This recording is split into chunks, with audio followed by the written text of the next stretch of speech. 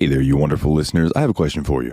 Do you want to make a podcast? Well, Spotify's got a platform that lets you make one super easily and then distribute it everywhere and even earn money all in one place and for free. How can you beat that? It's called Spotify for Podcasters.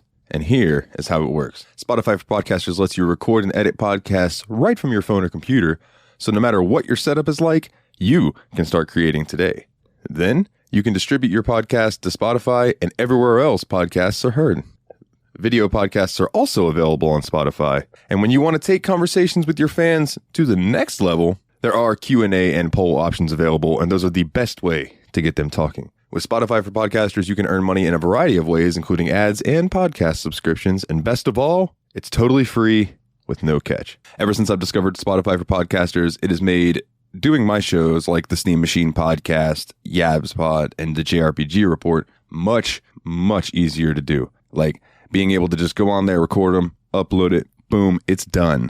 I don't have to pay for a site service to host or anything like that. It's fantastic. So I highly recommend that you give it a try. Download the Spotify for Podcasters app or go to www.spotify.com/podcasters to get started today.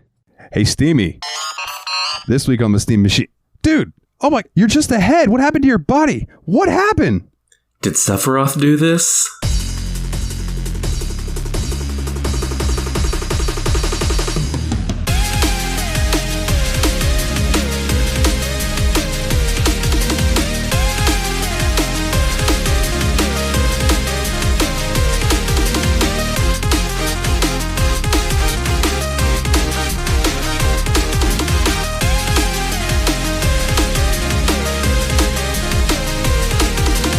Hey, everybody, and welcome back to another wonderful and exciting episode of the Steam Machine Podcast. My name is Dalton, and joining me are the Destructo Bros. What's up, everybody? It's Nate again. Hello, it's Willie. Hi. And this week we have a guest. Or do we? Is it not just another part of me? No, we have split. The amoeba has become two, and myself up in Canada, Paul Shipoo. Hello. How you doing, buddy? Hi. That's the deepest I can get. I'm not going to be able to get as deep as you.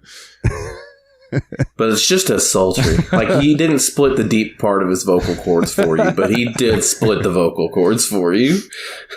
It's the high sex and the low sex. Let's go. Did you just call Dalton a bottom? I mean, I do my best work from the bottom. Starting from the bottom, now we here. Oh, my goodness. Yes, so Paulsh is joining us, or as people call him, Canna Dalton, and I am Amara Paulsh. Yeah. What? Just to bring our listeners up to this, because it was started off as a Tadpog Discord joke. What started this? I don't even remember. Was it Nando? Yeah, it was definitely Nando, because Nando confused me and you for some reason. And he's like, I can't tell the difference between Dalton and Paulsh. And I'm like, really?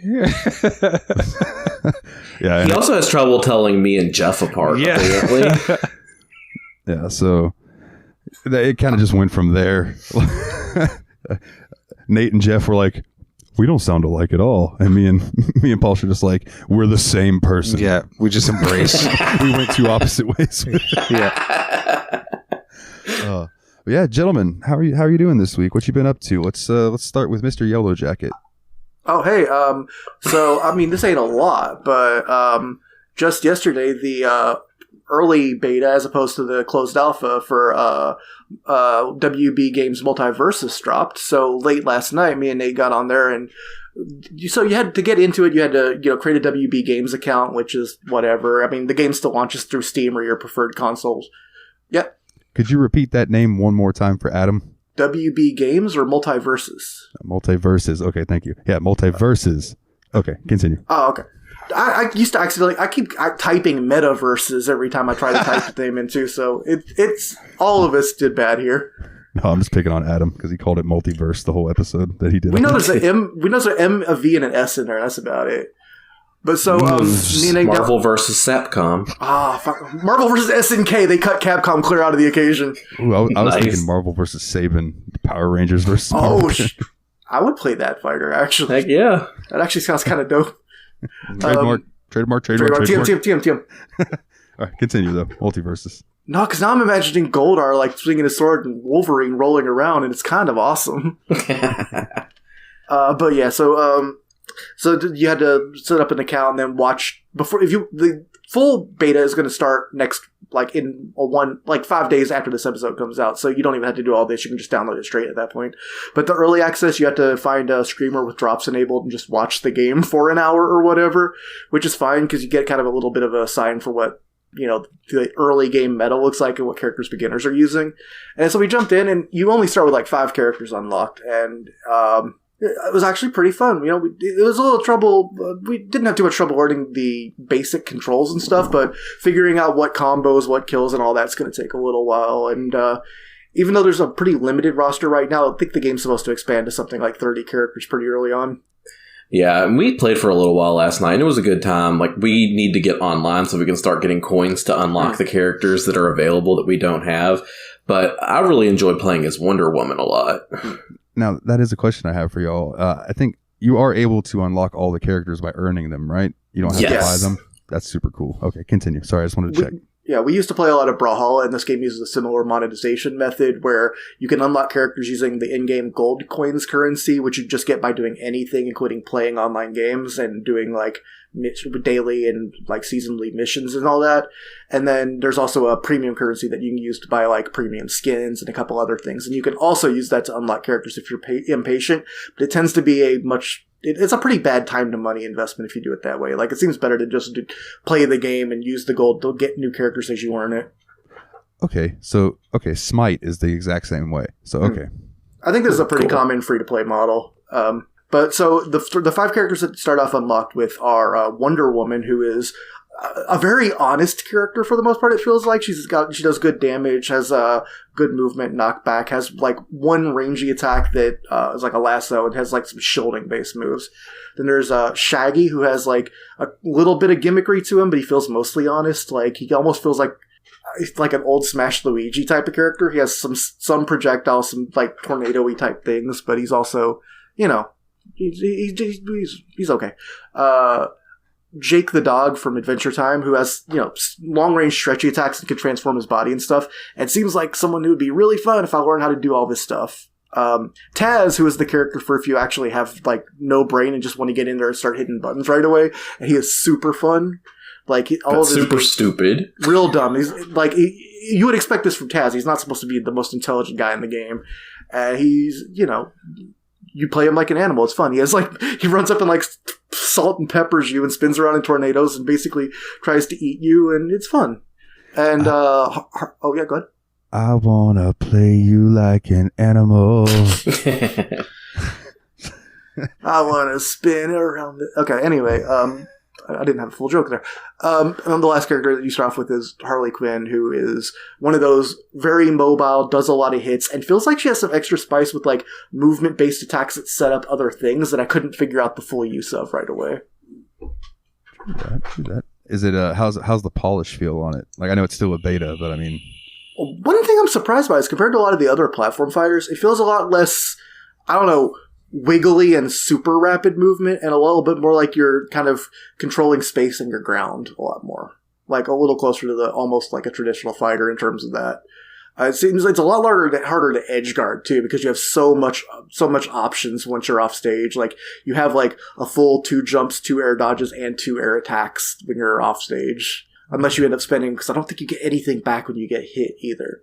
And there's like Brawlhalla style walls you can hit and climb up off the kind of wall kick and get your stuff back. So like, it's pretty easy to get back to the stage unless you get completely knocked off. Oh yeah. Edging's always hard for me, so I totally get that. Understandable. Very chafe-inducing. What about you, Paul? What you been up to the past few weeks? Man, I have past 2 weeks. Past 2. I don't know. I've been playing a little bit of. I've expanded my horizons, and I played Fall Guys finally because it's free, and it's pretty cool. I'm not one for playing 3 hours on end, but I can do that with Phasmo a lot, and that's what I've been doing. But hell yeah, that's pretty much the extent of my gaming. I tried to play some Dead by Daylight again, like a couple nights ago. And that one, it's like I really got to be in the mood for. Oh, I know how you feel. Well, speaking of Phasmo, like me, Dalton, and Willie have been playing a couple of games that are kind of similar to it, and one that I think we'd really like to get into with you sometime soon, Paul, should be Devour, because it seems like it'd be really fun with a full squad of 4, because 3 was not cutting it for us. I don't know if I can. I don't know if I can like pull up the slack because, yeah. Either way, it'll be entertaining. Just I don't know if you'll get a win from it. Just be our other body. Yeah. Yeah.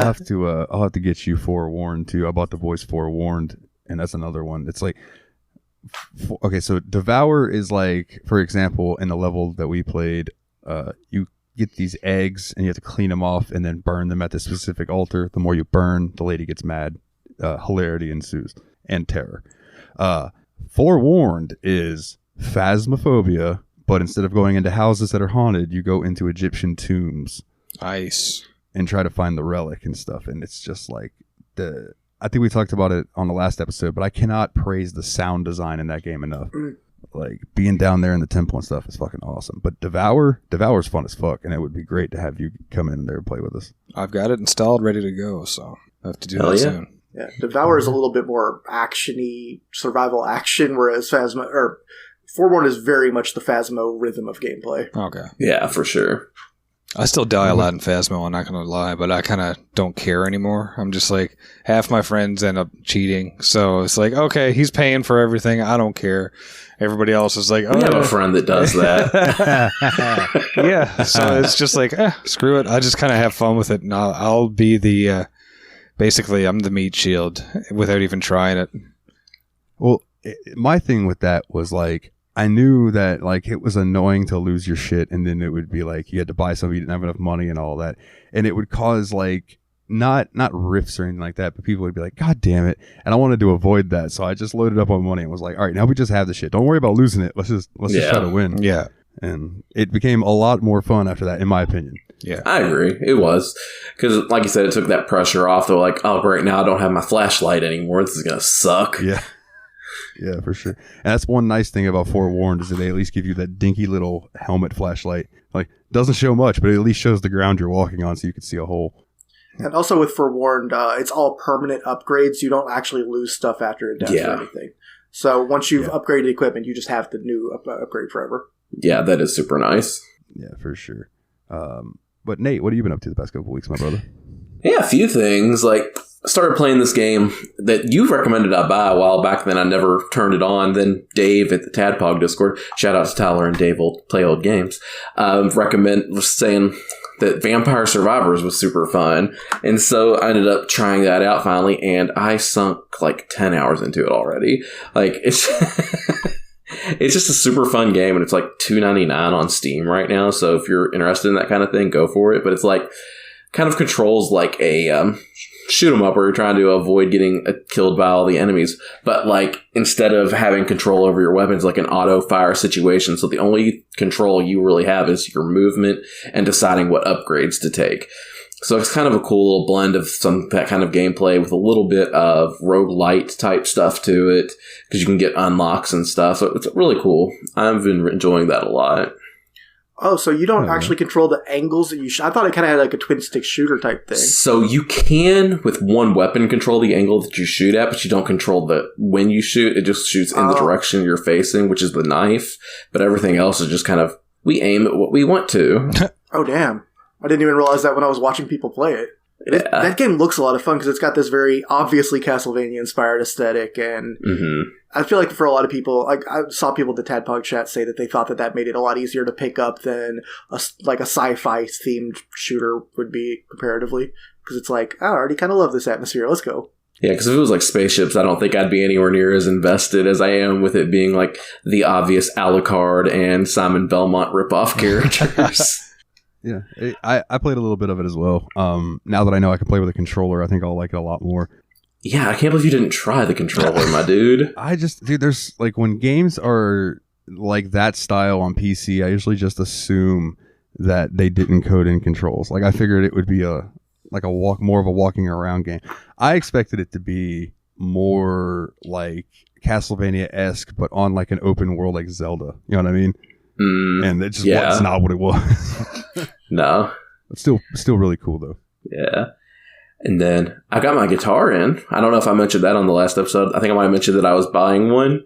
So I have that now. So I've been practicing all my heavy metal stuff on my new electric guitar. It's been a lot of fun. I've been playing a lot of Black Sabbath. Yes. Because that just has the feel that I'm going for right now. And just learning a few riffs from like Metallica and of course playing Mother by Danzig. Because who hasn't learned how to play that song by ear at this point? I just have to say real quick, because I always bring this up when somebody mentions Danzig, and I don't think I've ever said it on the show. If you want to hear what I call the meanest guitar riff ever written, listen to Danzig's song Skin Carver. It's phenomenal. Okay, continue. Yeah, you said that too. Wow, no, same words. yeah, you said that to us, and I was just jamming out to that because that's pretty sick guitar, and that song, I love it. And then other than that, on a completely different musical note, last night I went to a concert with my wife. So in complete difference to heavy metal, we went and saw Josh Groban. And that's country, correct? No. Josh Groban is like classically trained singer, like sings like opera type music, and wow, I was way off. Yeah, you were way off. We would not go to a country concert. You judged him because he's called Grosh, didn't you? Josh, you scumbag.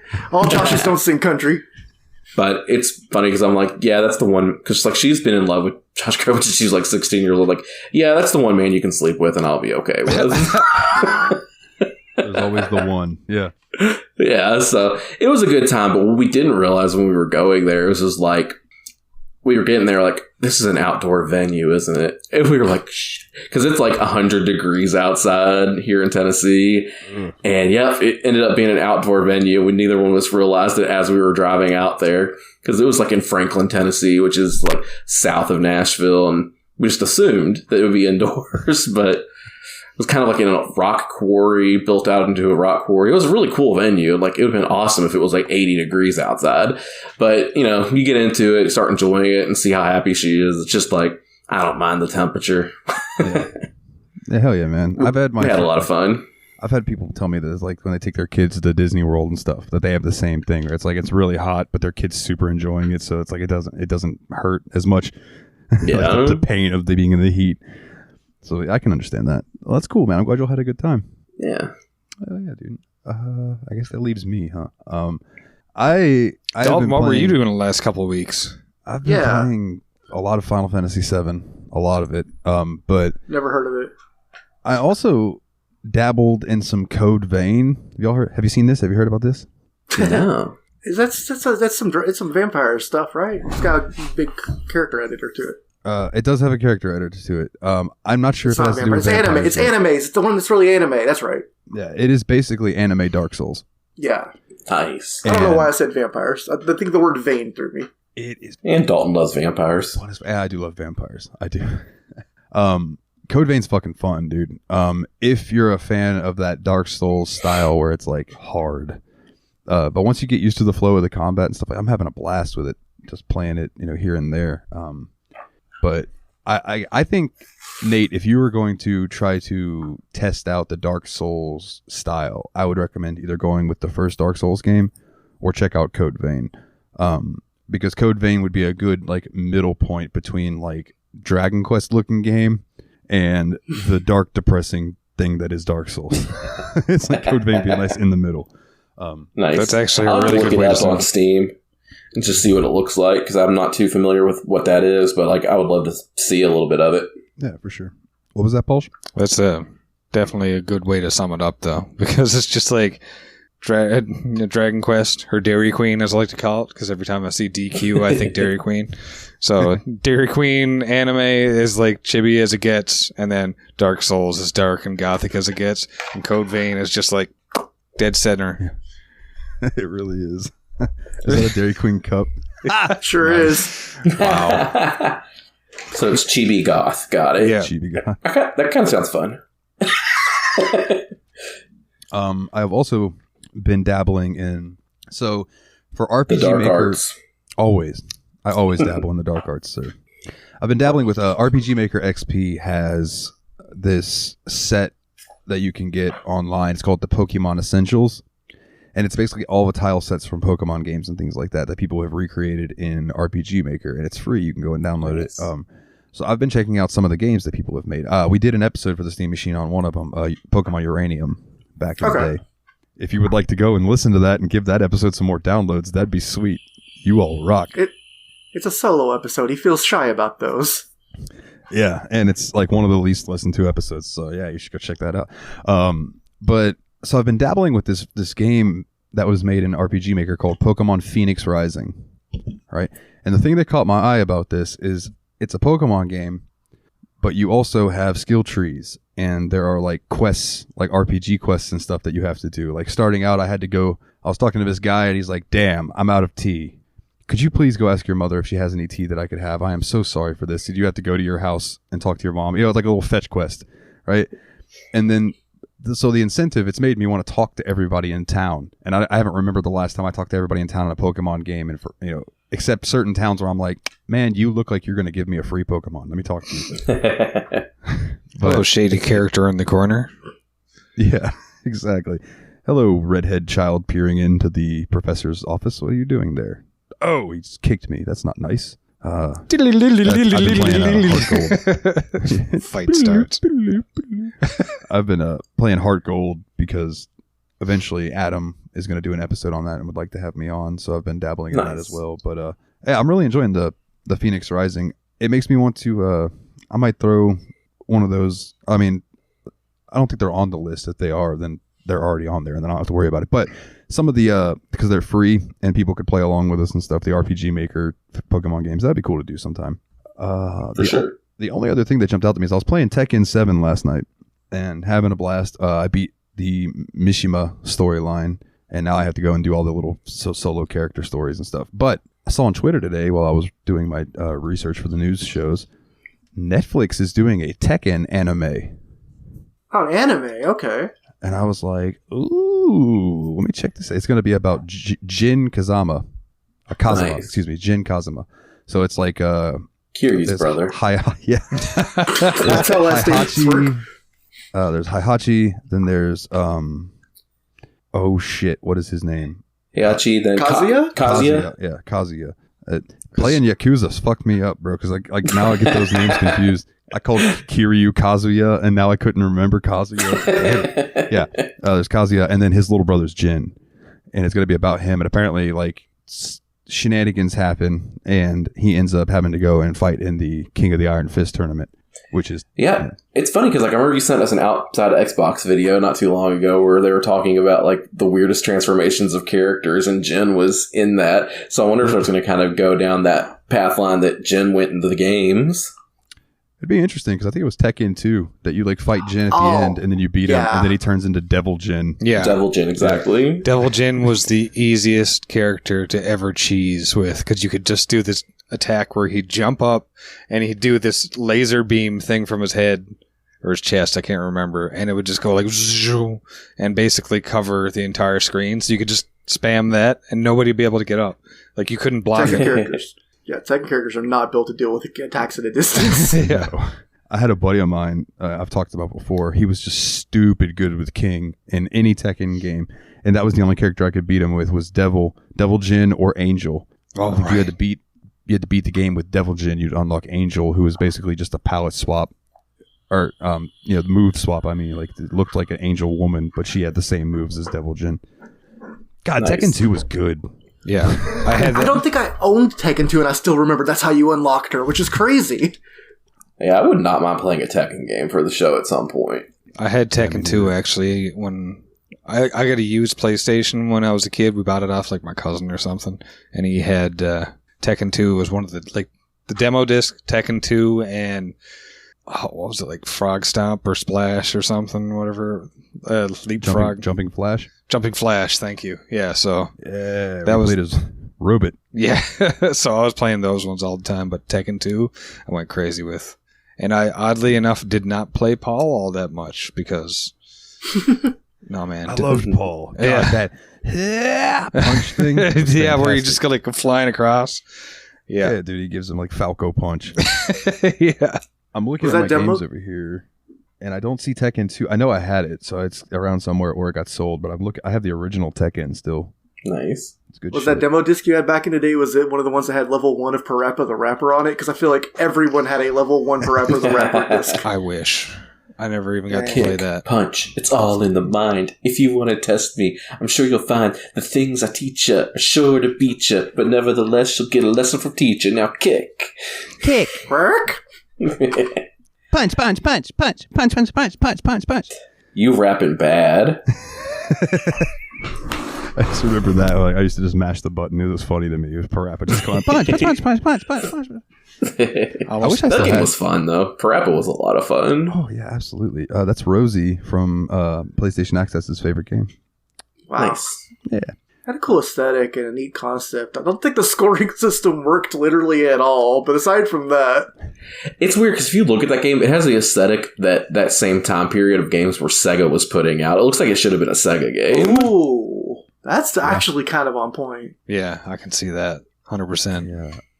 I wish I still had all those old demo discs that I used to have because I was a PlayStation Magazine kid. So I got the disc every month.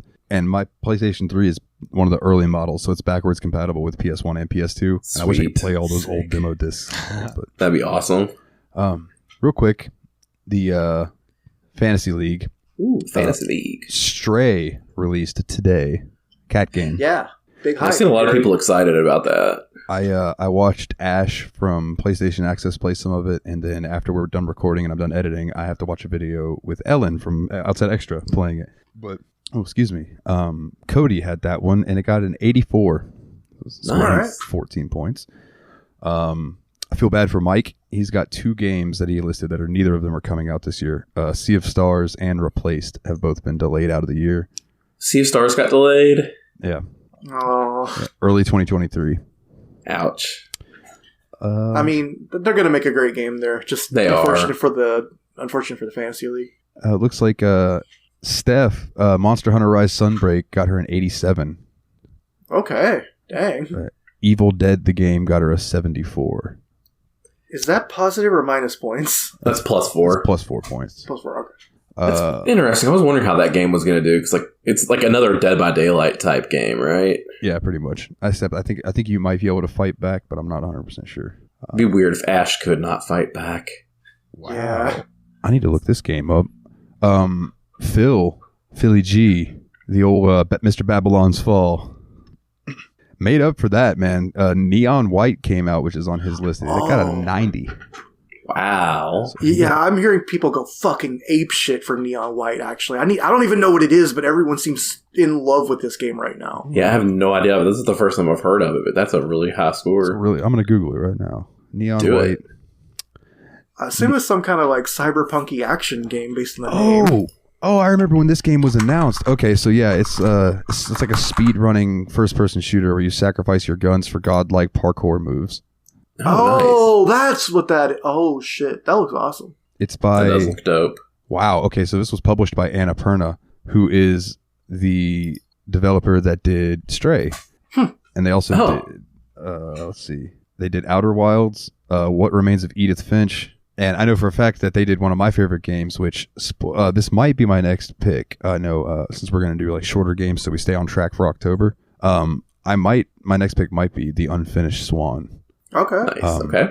Which is one of the cooler experiences I've had in a game. Like it's really interesting. But yeah, dude, this Neon White game looks fucking badass. I'll post that into the Discord later so everybody can check out the link. Other than that, you gentlemen about ready for some Final Fantasy chat? Let's do it. Got that O-dubs for us, Mr. Dalton? Got the O-dubs, the obligatory Wikipedia bullshit. Final Fantasy VII is a 1997 role-playing video game developed by Square and published for the PlayStation console. Yes, kids, this was before it was Square Enix. It is the 7th main installment, who would have guessed, in the Final Fantasy series. Published in Japan by Square, it was released in other regions by Sony Computer Entertainment. Wait, we're talking about Final Fantasy VII and not Final Fantasy 511? I read the numbers wrong. I gotta go. Bye, Paul.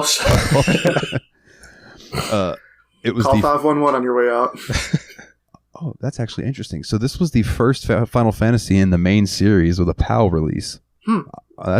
I didn't know that. The game's story follows Cloud Strife, a mercenary who joins the eco-terrorist organization to stop a world-controlling megacorporation from using the planet's life essence as an energy source. That was a hell of a sentence.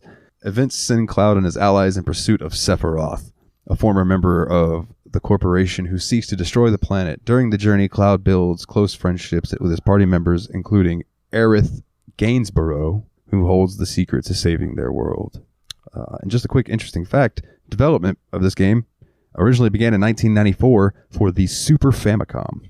Oh, Can you yeah. imagine Final Fantasy VII on the Super Nintendo? Like, No. what the As a kid, I gotta say, I thought because in North America it was Final Fantasy 2 and 3, not 4 and 6.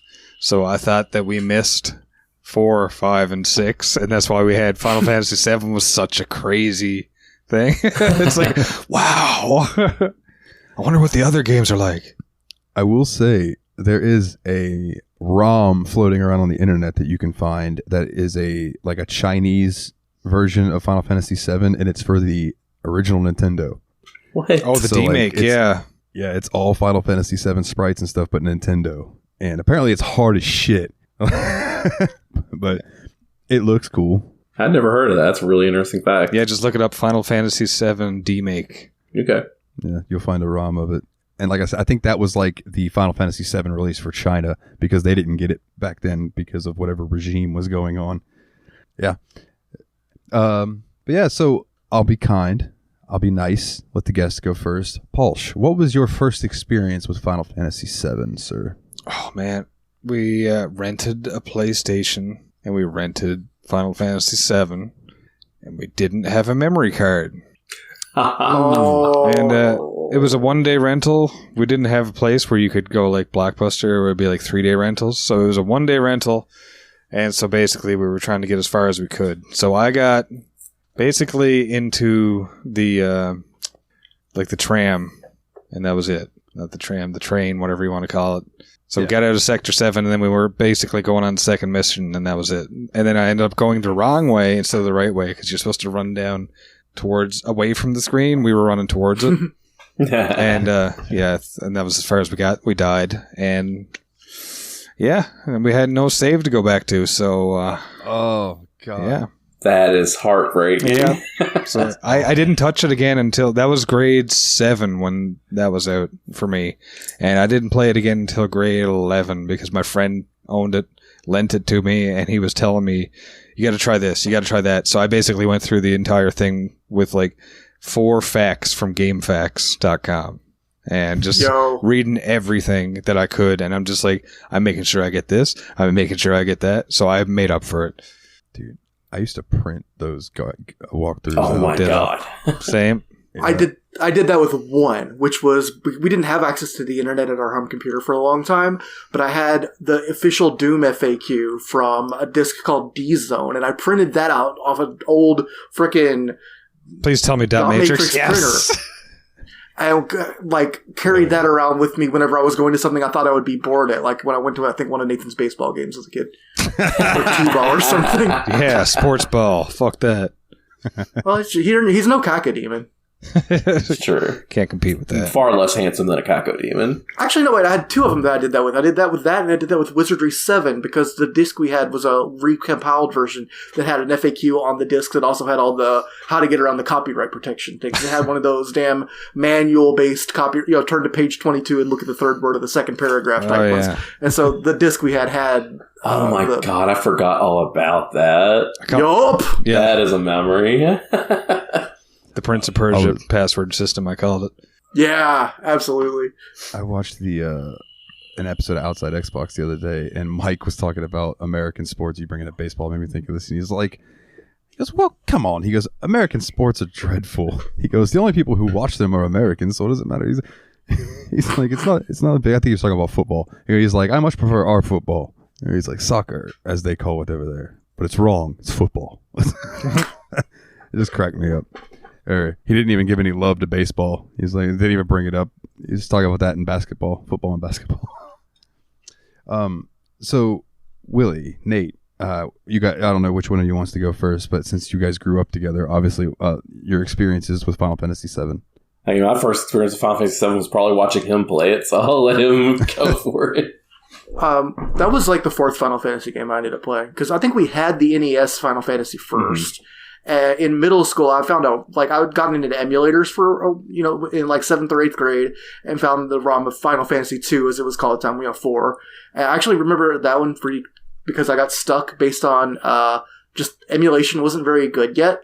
And there was a cave very early on in the game. I think it's called the Cave of Mists, and there was a layer of mist that hung over the like in the foreground. I didn't know how to disable foreground layers, and that version of ZSNES didn't have transparency yet. So the entire screen was just an impossible to parse fog screen.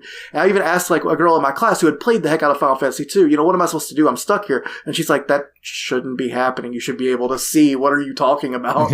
Yeah. Brutal. Yeah, so that my journey ended there for a while until I found out later on how to disable the layer or whatever. Maybe I upgraded the emulator. But then later on we got Final Fantasy 8, and we later on went back and bought 7 because we knew that one was like one of the more popular games at the time. But I think 8 was maybe the first. Well, I was playing the heck out of 1 back in the day. 8 was probably the first one we really got into. 7 was interesting because we got it, and our first instinct about it was that in a lot of ways it almost looked a little bit of a step backwards, because 8 had very realistic type of graphics and 7 had a lot of really stylized proportions and all of that. But we thought the settings seemed interesting and all of that, but it was working uphill to compete against 8 from the start. Yeah, I think our first reaction. Yeah, and that was basically my first reaction to it too.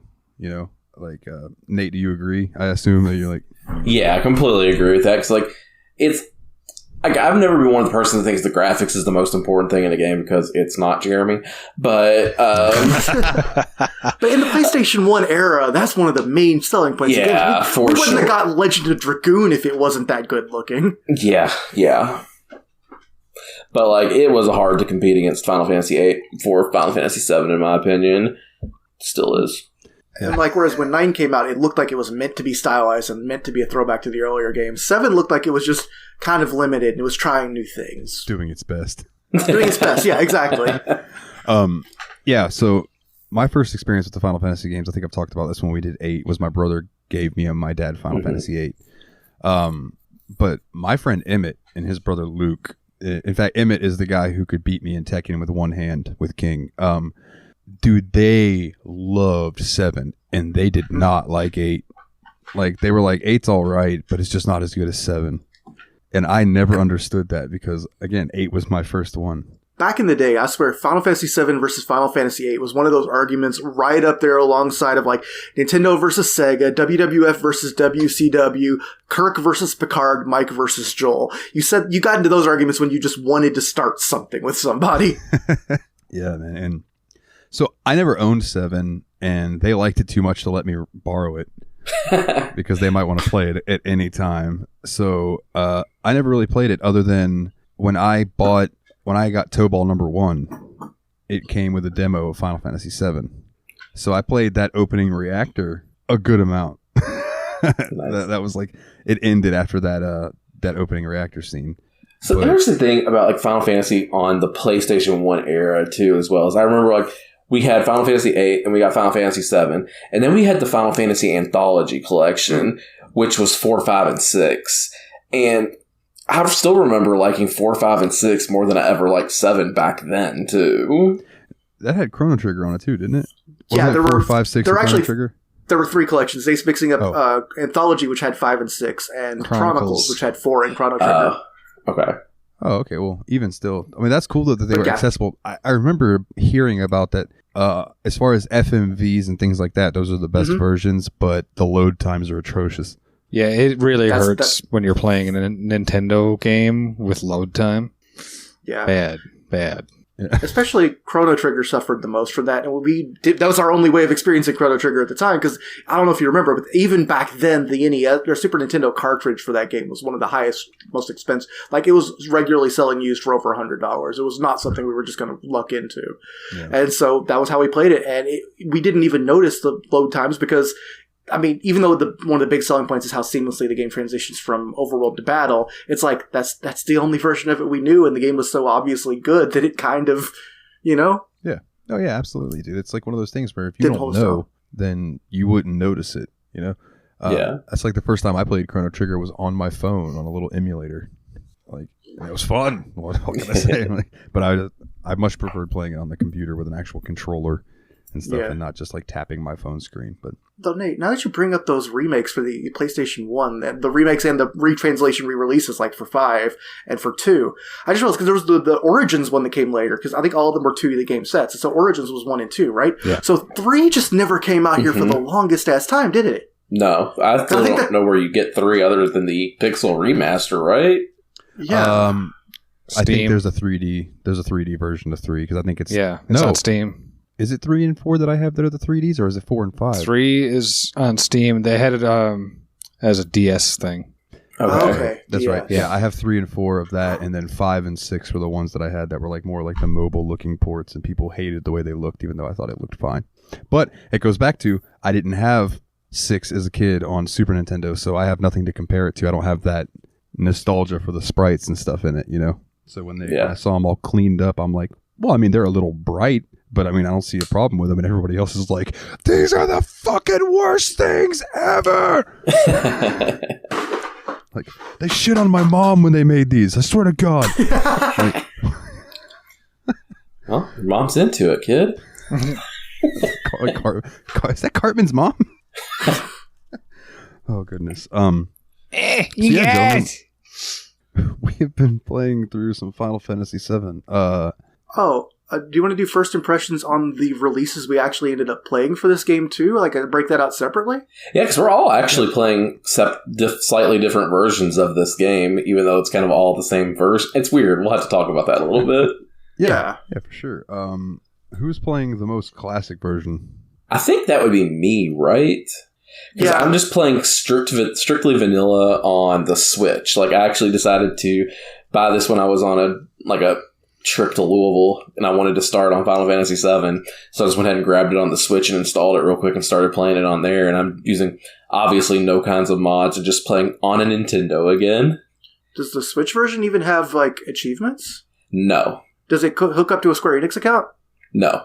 So yours is, you are playing the most vanilla possible version, outside of getting it for, like, outside of playing it for, like, on an actual PlayStation 1 or 3 and playing it, like, directly, you're doing, like, old school. So what QL stuff does it add? You said there was like a speed up feature. Is that in the game, or is that a Switch thing by itself? No, it's in the game. So luckily, if you push down like the right joystick, it will activate 3 times speed, which works in overworld map and battle. I don't like having it on in battle because then it moves too fast for me to think, because the timer still runs in battle.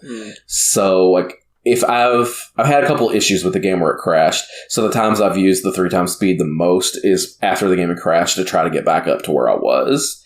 Like, this happened a few times now, which is pretty pain in the butt. Like, I think it's happened to me 4 times now that the game's crashed, so I've lost probably a total of like an hour and a half of gameplay.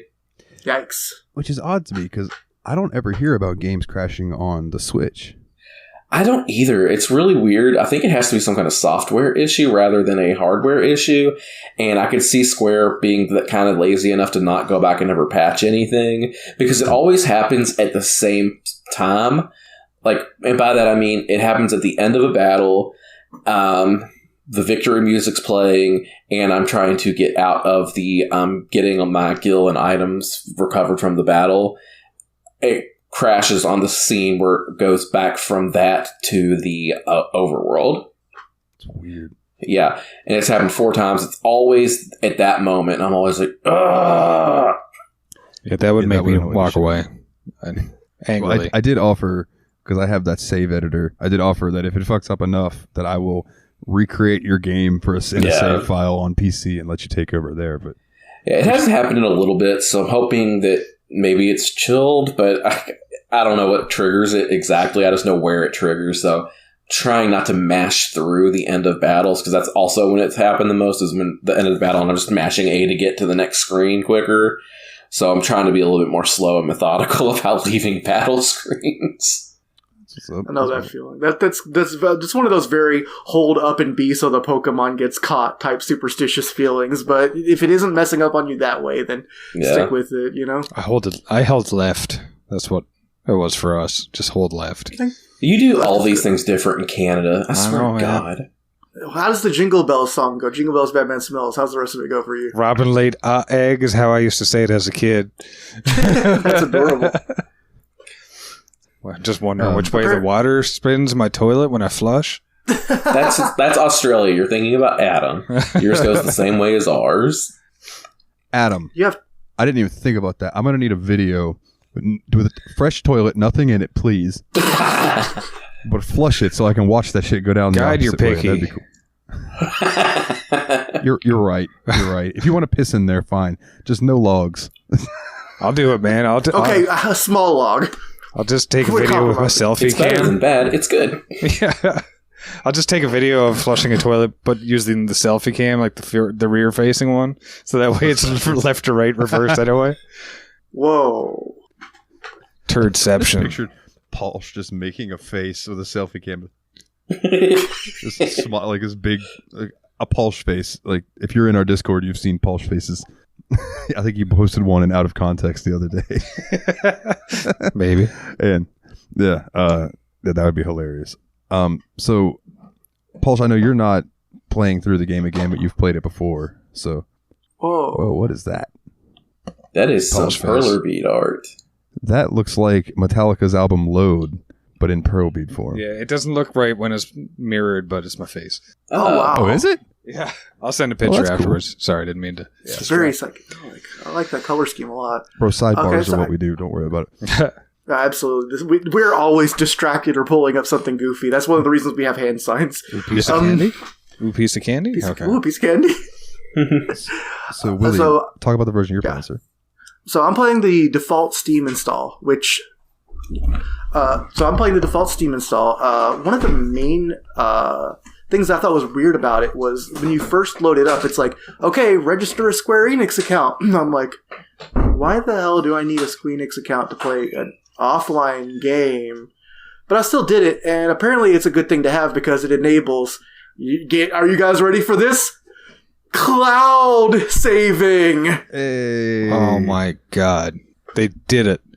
They did it. The sons of a bitch did it. The son of a bitch did it. But, so, I thought that was kind of neat. One of the things I thought was really interesting, oh, sorry, I'm stalling. One of the things I thought was really interesting about the way the game looks on this install is, it kind of looks like, if you've ever played a game on a PlayStation 1 or PlayStation 2 emulator, one of the systems that didn't have HD output, and so they were comfortable rendering the backgrounds in like the system's native resolution, and then the 3D graphics are rendered on top of them. So when you play it in an emulator, the 3D graphics tend to be upscaled, but the original backgrounds are the same like pixelated style. Yeah. And so because of that, like the character models are fully whatever system resolution you're running the game at. So, they'll be ballooned up to 1080p. But there isn't a lot of detail that's been added to the character models either. Like, as far as I can tell, like, the only change that they've made really, and I'm not sure if it was a great idea, is that the non-combat models, they've added, like, a little mouth that never moves to the characters. Because, like, on the PlayStation 1, the characters were just like, the non-combat models were just like, their hair, their costumes, and big ol' eyes. They added a little mouth to some of them. And it's funny because some of them, like Jessie, always just looks like she's going like, ooh. Yeah. I don't think they did that on the Switch version. Really? I don't think so. I'll have to send some screenshots, but I'm fairly certain the Switch version does not have mouths on the character models, which does make yours look a little bit sillier than mine. Okay, so when I sent that picture, it did look strange to you then? Yes. Okay, so we all have slightly different looking games. So Nate, on the Switch version, does it also have like, did they try to do anything to upscale the backgrounds, or is it like pixelated backgrounds, crisp characters models? Honestly, I don't even think the character models look that much more crisp, but I might just be misremembering, because we have this issue a lot looking back at older games. I might be misremembering what the character models look like, but I don't feel like it looks especially crisp on the Switch. Oh, I don't mean that they've changed anything with the model. I mean, they're upscaling the resolution so the models are in like 3D at your native res and the backgrounds are in like lower res. Oh yeah, it's still like that then, yeah. Okay. But like it looks really weird on some of the screens too. Like there's like, especially when there's like an FMV thing playing behind the 3D characters. Like there's a scene fairly on in the Nibelheim back what's the word I'm looking for? Flashback. In the Nibel, I couldn't remember I was like the backhoe, the backstop, the backdrop, the belly to back suplex. Okay, so the Nibelheim flashback, there's a scene where like there's a bridge that collapses and the characters are like kind of hanging onto it, and they look absolutely fucking ridiculous the way they're barely animated while the 3D is moving around and trying to pan them and stuff. Yeah. But I also think that that's what they should have done anyway, because like a lot of re-releases we've played have like they've tried to use like a upscale, like a super 2x psi type filter to upscale backgrounds and stuff, and just or blurred the hell out of everything. And I feel like either of those would have been much worse than just going with the chunky pixels. So like, I'm glad that I think they did it the best they could if they didn't have access to the original renders. But there's just a couple. Oh, good. I say that sounds like what Dalton was talking about with Final Fantasy VIII as well, how they had not really been able to update the backgrounds because of similar issues where those were static images, and you can tell that that's what they used in 7 as well. And so those images would be really hard to upscale something that was designed to be in that era. Yeah, but sometimes it does give a funny little, what I like to call the Scooby-Doo door effect, where you know how in Scooby-Doo you can see like one of the doors is painted slightly different because that's the one that's actually going to open compared to the ones that are actually in the background. So when you're in the derelict train yard sorry, I had an internet hiccup. You're good. Okay. So when you're in the derelict train graveyard, there's like, most of the trains are blurry and 200 or 320 by 200 or whatever the resolution is. And there's a couple of them that are suspiciously sharp and you're like, oh, that's an interactable object. I didn't even think about the graphic differences being the reason that was the case. Oh man, that would have made the game a little bit more of a pain in the ass if it had not been done like that, because it would have been harder to tell what was able to be interacted with or not. I didn't even think about that being the reason. Good catch. I guess I overthink the technical aspects of stuff like this, especially when it's letting the game being played on modern systems without remaking and remastering stuff. So like that's one of the things I thought was interesting about the 2D and 3D stuff. But like aside from that, most of the game looks really good. It's just occasionally things like the Nibelheim Bridge just had like awful green screen vibes. Yeah. It's like they're recording a movie and Cloud's just acting. Yes. But for the most part, I mean, I still like seeing these 3D images and stuff. I'm like always looking back. I'm like, this is still impressive for back in the day. You know, I can still see why this was blowing people's minds. Yeah, for sure. And I mean, I really enjoy the pre-rendered background look. It's just something I've always liked. That's why I really like the Pillars of Eternity games, because those are pre-rendered background stuff too. I feel like it's a very strongly nostalgic look that I'm glad that its games still work on, even though they do look a little weird with the different backgrounds. But like, you know, stuff like you seeing like Resident Evil played in emulator or something has a similar vibe. Yeah. But what about you, Dalton? I understand that you're not just playing the vanilla experience. You've gone and jacked up some of the polygons a little bit. So yeah, what you want to talk about? I've seen some of your screens and I'm like, damn. I think it was Kularian in the JRPG Report Discord was like, tisk can't even play it, and it's old blocky goodness. So I am using mods, and you can find, if you have the Steam version of Final Fantasy VII, you can find these mods for free. The mod manager is called Seventh Heaven, which makes sense. And basically the way it works is like you put in there are these catalogs that they have of mods on the Quim forum. It's like QHIMM. There's supposed to be a U in there. It bothers me that there's not, but it's Kim or Quim, whatever. It doesn't matter. You put in their modding community.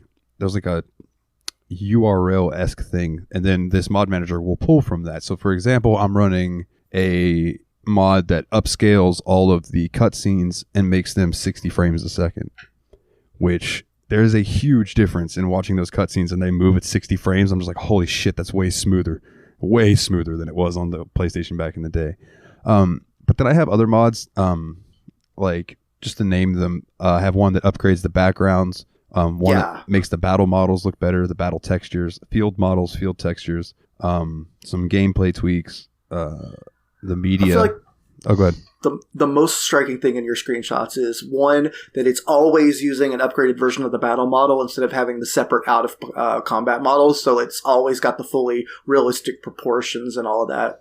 Like when you're sending like dialogue screens, it's still like regular shaped head, tall people instead of, the fun chibi puppets that the original game had. And also those backgrounds, some of those look really cool in paint, really. Like they don't just look like someone neural upscaled stuff. They look like someone hand painted over a lot of it, and a lot of them look incredible. Yeah, it's been really nice to see, like, playing through, because I can remember what it looked like back in the day, and now playing through like this, I'm like, this is what like the PS4 version should have looked like, instead of just upscaling the little chibis and stuff. You know what I mean? The fact that modders can go in and do this.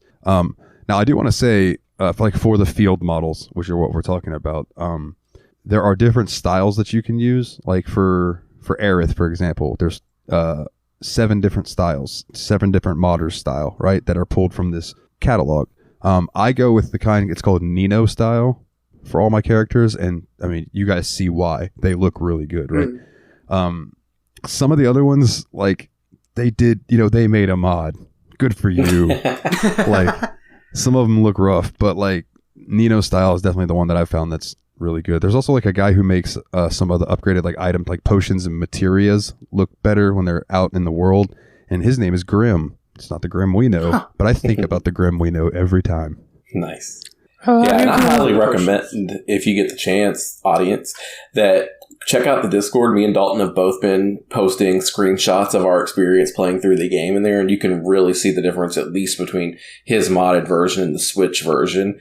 So you can definitely see there's improvements in the Switch version over the original PlayStation, but the mods that Dalton has running just make the game look so much crazier. And I've tried to catch some similar moments in the game that he's captured, and you can just look at those 2 screenshots side by side and like, yeah, the mods are doing work here.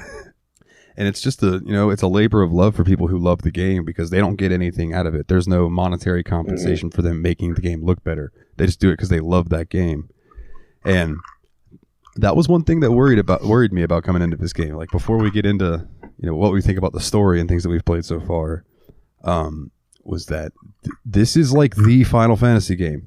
This and 6 are the ones that I feel like are the ones that if you say anything negative about them, people are going to rip your dick off and shove it down your throat, right? And I'm playing through both those games right now.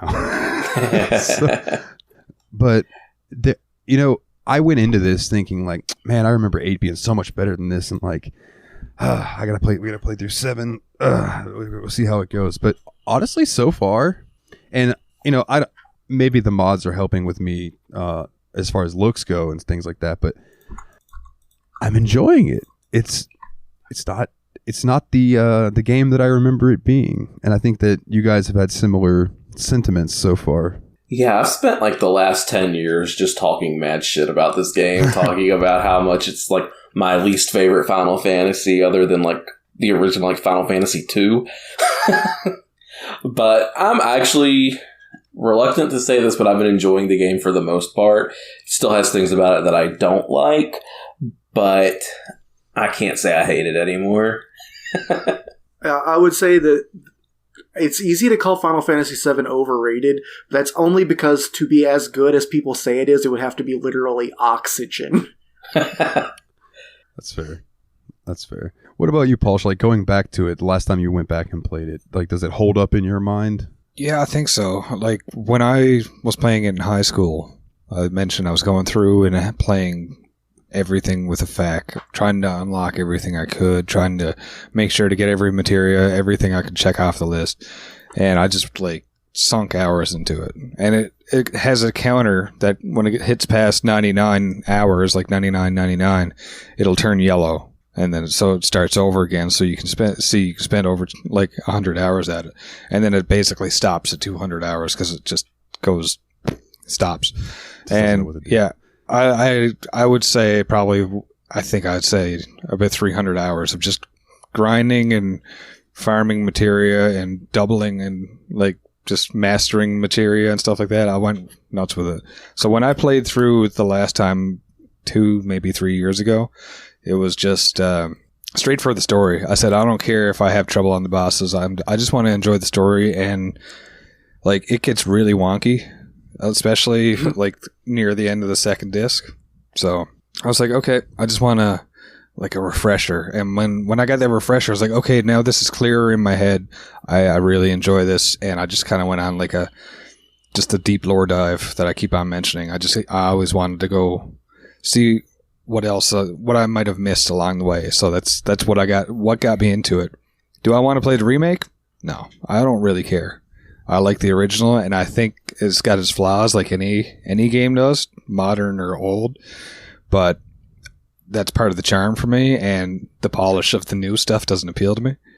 So like, I just really I think some of the gaps and stuff and the mistakes and like just the weirdness, like some things might have not been localized well, or just not thought out well. I think it still just adds to the whole character of it for me. Yeah, you bring up like translation, and I adore things that are mistranslated. I was so bummed out when I got to the section in Midgar where there was a guy that was the sick guy, right? This guy are sick. This guy are sick. In my version, they had retranslated it to this guy is sick, and it was one of the most disappointing moments of my life.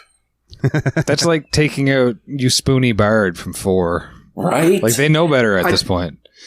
I do love that no matter how often they retranslate it, they do keep that line, and they tend to keep in Garland will knock you all down. Although I think they probably didn't do that with the new Origin game. Never know. Gotta play.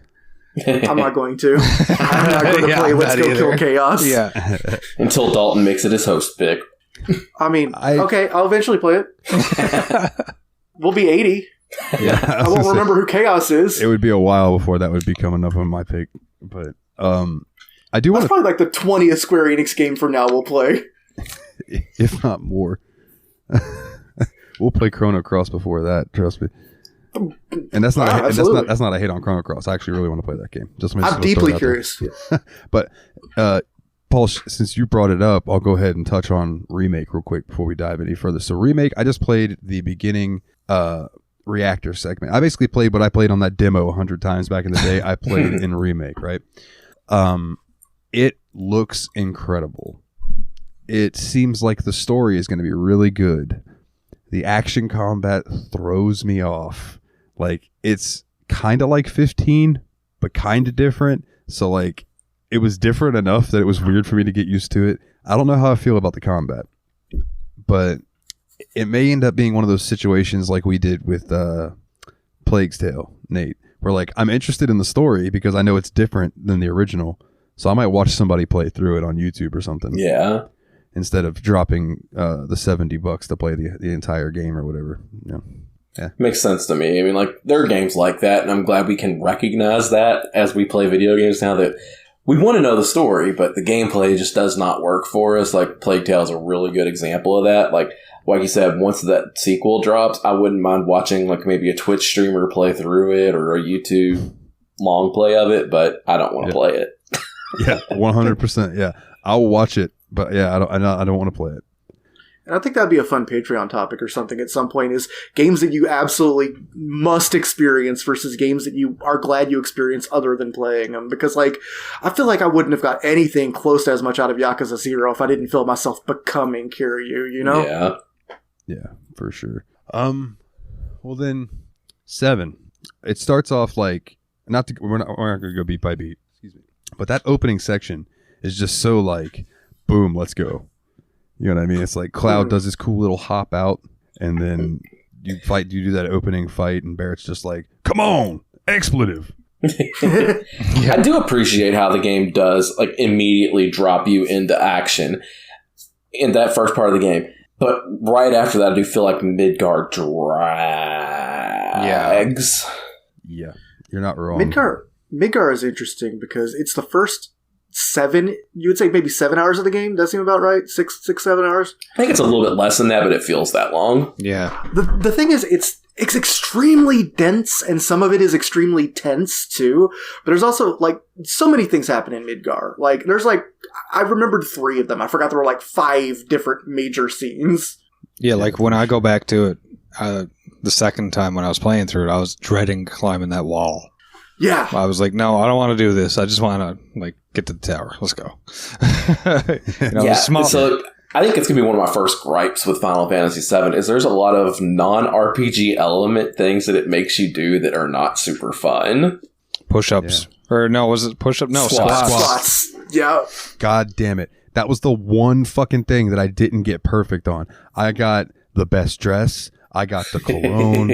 I got all of that shit. I go in there and do a squat thing. They gave me the fucking stupid, shitty, dirty wig or whatever. See, I did not mind doing those fetch quests, but when it came to like the squats, that was miserable. When it came to some of the not overworld, but like Midgar map movement, I was kind of miserable. I was like, you got to time this jump. This thing's swinging your way, and you got to jump at just the right minute. Yeah, that was exactly. It took me so many times, and dude, and even it might be before that or a little bit after that. That fucking section where everybody has to hit the button at the same time. Press the button at the same time. Yeah. What was the point of that? Like. Yeah. There's no visual cue. Everyone like pulls their arm up really far and then bangs down on it. But when you press the button, Cloud does the same thing. So you can't just time it watching the other guys. Yeah. There's so many things where it's like they kind of wanted to add a little gameplay, but didn't actually think of an actual gameplay element. And it's like there are mini games in here that are actually mini games, but there's stuff like that, or getting a dolphin to boost you up a tower that's just like just lining something up, and if you fail, there's no consequences other than wasting your time. I think that's part of. Oh, sorry. Was not very like cognizant of the player's time at times. They just wanted to artificially inflate how long the game was in places. That's my opinion on the matter. I think my guess is. Oh, go ahead, Paul. You were going to say something a line ago. Sorry, okay, I'll respond to Nate in a minute. Yeah, you go. I'm totally agreeing with that. Like it's just so drags on the jumping on the vines kind of thing and the dolphin thing, but at the same time with all the other mini games that were more mini games, I think that's what really brought it forward for a lot of like I was going to say like pop culture is more of like the broader audience, because it was not just turn-based combat and cool cutscenes. They had little things that made it different from everything else before it, and they did a lot of innovation, and not just in making it 3D and making like the cool characters and stuff like that. And I think that's part of it. But there's definitely a lot of misses along the way. And goddamn those vines. Yeah, all I'm saying is they could have used a little bit of editing. Yeah. Oh yeah. I just want. My opinion is. Oh, go ahead. I just want to quickly point out, Willie, and then I'll let you go. Beyonce had the greatest album of all time. No, I'm just kidding. Son of a bitch. I just want to point out that remember that Square, and by proxy Square Enix, is the company that in Final Fantasy XI there was a boss that took 20 hours to beat with a full raid party. So they don't give a fuck about your time. Okay, continue. Yeah. Well, so my theory about all of this is that I feel like they added non-RPG element gameplay for verisimilitude, to make you feel like you're Cloud, to make you feel like you're doing stuff yourself. And in terms of things like the motorcycle chase, where I don't think that one aged well, but I see what they were going for, and I remember it being cool as hell in the PlayStation period. That stuff absolutely works. I know there's stuff I'm going to get to in Golden Saucer that I'm going to probably like more, I'm hoping I'm going to like more. There's other mini-game stuff I'm really looking forward to. It's the little things where it's just like the CPR thing or something, where it's like, I don't think y'all thought this through, and it's like catching fishes in Final Fantasy VI, where it's a game that feels like they've done such a bad job of explaining it that I don't feel like there are going to be any consequences. Yeah. The first time I had to catch those fish, I'm like, am I doing it right? Why do I have to keep going through this? Like, there's no way, like, is this correct? You know? There's no way to actually tell you, okay, you're doing it right or you're doing it wrong. Yeah, I mean, I think 6 and 7 are both transitional games between the earlier ones and the later ones, I feel like. Yeah. I think a lot of people don't think of 6 that way. I think a lot of people think of 6 as kind of the pinnacle of the 2D games, but I kind of think of it as the 3D game that came before the 3D games, whereas it has a lot of things in common with those, including all the characters being fairly flatly similar in terms of abilities, except for one special mechanic, and can basically just be equipped to do different things. You know, there's a lot less specialization, there's a lot more mini game based things, a lot more world building in that regard. And so I feel like 7 is kind of an extension of 6. I didn't even think of the fish thing until I just said it, but I feel like that's kind of a thing. But yeah, we'll get into better mini games, and I'm really looking forward to that. But my God, stuff like jumping on vines. It is interesting though how like those two, like what you called transitional Final Fantasy games, are two of the most well regarded ones of all time, 7 and 6. Because like, you know, you're sitting here viewing them as transitional, and these are the ones that people keep going back to over and over, saying they're the 2 greatest Final Fantasies ever made. Yeah. Well, perhaps it's because what I'm thinking of as a transition from one era to another, people think of as the best of both worlds, you know, the heart of the classics with the style of the modern, or whatever you'd say. That's fair. Something I was just thinking about, or really it just came to me. You realize there's been twice now in Final Fantasy history where they released a game that people were just kind of like, meh, and they just went, fuck it, we're going back to fantasy. Okay, with 8 didn't work out the way they wanted to, so they went, fuck it, we're going back to fantasy with 9. And then they slowly went back to like cyberpunk, not cyberpunk, but like steampunk type style fantasy. And then 15, people had their mixed feelings, and they were like, you know what? Fuck it, we're going back to fantasy. The next one's going to be fantasy based. So we can just expect that 17, 18, 19, slowly going to get back to steampunk. And then they're going to be like, fuck it, Final Fantasy 23, we're going back to fantasy. Final Fantasy has such a weird setting in general, because every one of the games is in a weird place where it's kind of fantasy, kind of cyberpunk, kind of steampunk, kind of everything. 6 and 7 especially, where you got people with swords against people with guns. You got like, you know, very steampunky airships and tools and all of that, where there's just all like spaceships and stuff, you know? Like, it's a weird, like, kind of out of time universe that kind of pulls itself forward by force of charisma. And you got to respect that in its setting, you know? I think that's what throws me off a lot too about 7 is how much, you know, it's got the steampunk thing, even though like they kind of make it look all nuclear with the Mako or Mako. Mako is how I always said it. But as soon as you get out of Midgar, boom, we've gone back to fantasy. It's like, it's just, and that's what I like. The game really starts for me there. And like, as soon as you get out on the world map, I'm like, okay, cool. And every other town is like a town in a Final Fantasy game. And I'm like, this is fucking cool. So that's, it was brave of them to try that, I think, because they obviously had some of like the higher tech kind of thing, but still kind of steampunk, and like 6 especially. And this, I mean, anytime there's a mention of an airship, which is what, like the second one on basically, or the third First one had an airship. Oh yeah, there you go. So I mean, like there's always these steampunk elements, but they kind of went even more hardcore. They made it like, you know, like a metaphor or analogy for, you know, nuclear power, you know, this is bad kind of deal. And all of a sudden it just drops off the face of the earth, you know, and it's like, okay, the rest of the world is nothing like that, you know. So it's actually, it's kind of cool. Now that you mentioned, that's a really cool like way that Shinra Corporation kind of shows that it's like different and kind of evil and bad when you're in the rest of the world, because you drop out of that cyberpunk dystopia, it's Blade Runner-esque slum that you start off in.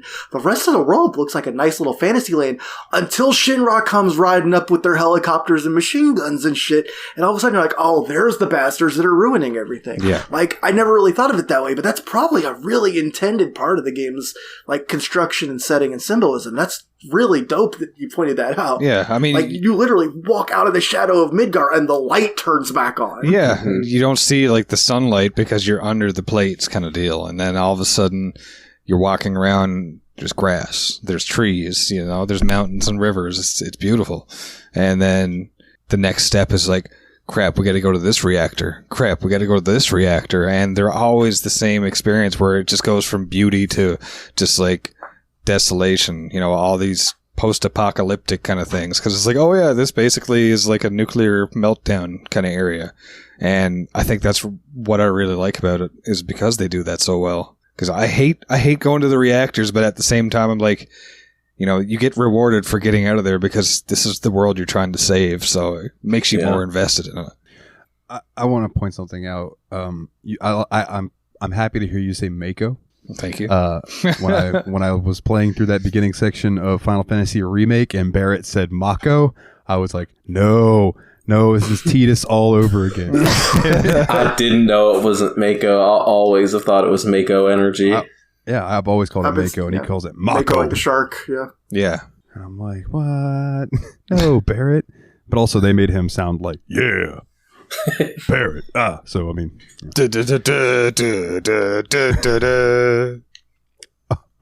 real quick, there's a mod.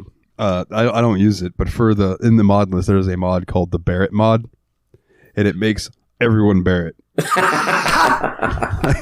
Every NPC in the game gets turned into Barrett. And I'm So it's just expletive. Yeah.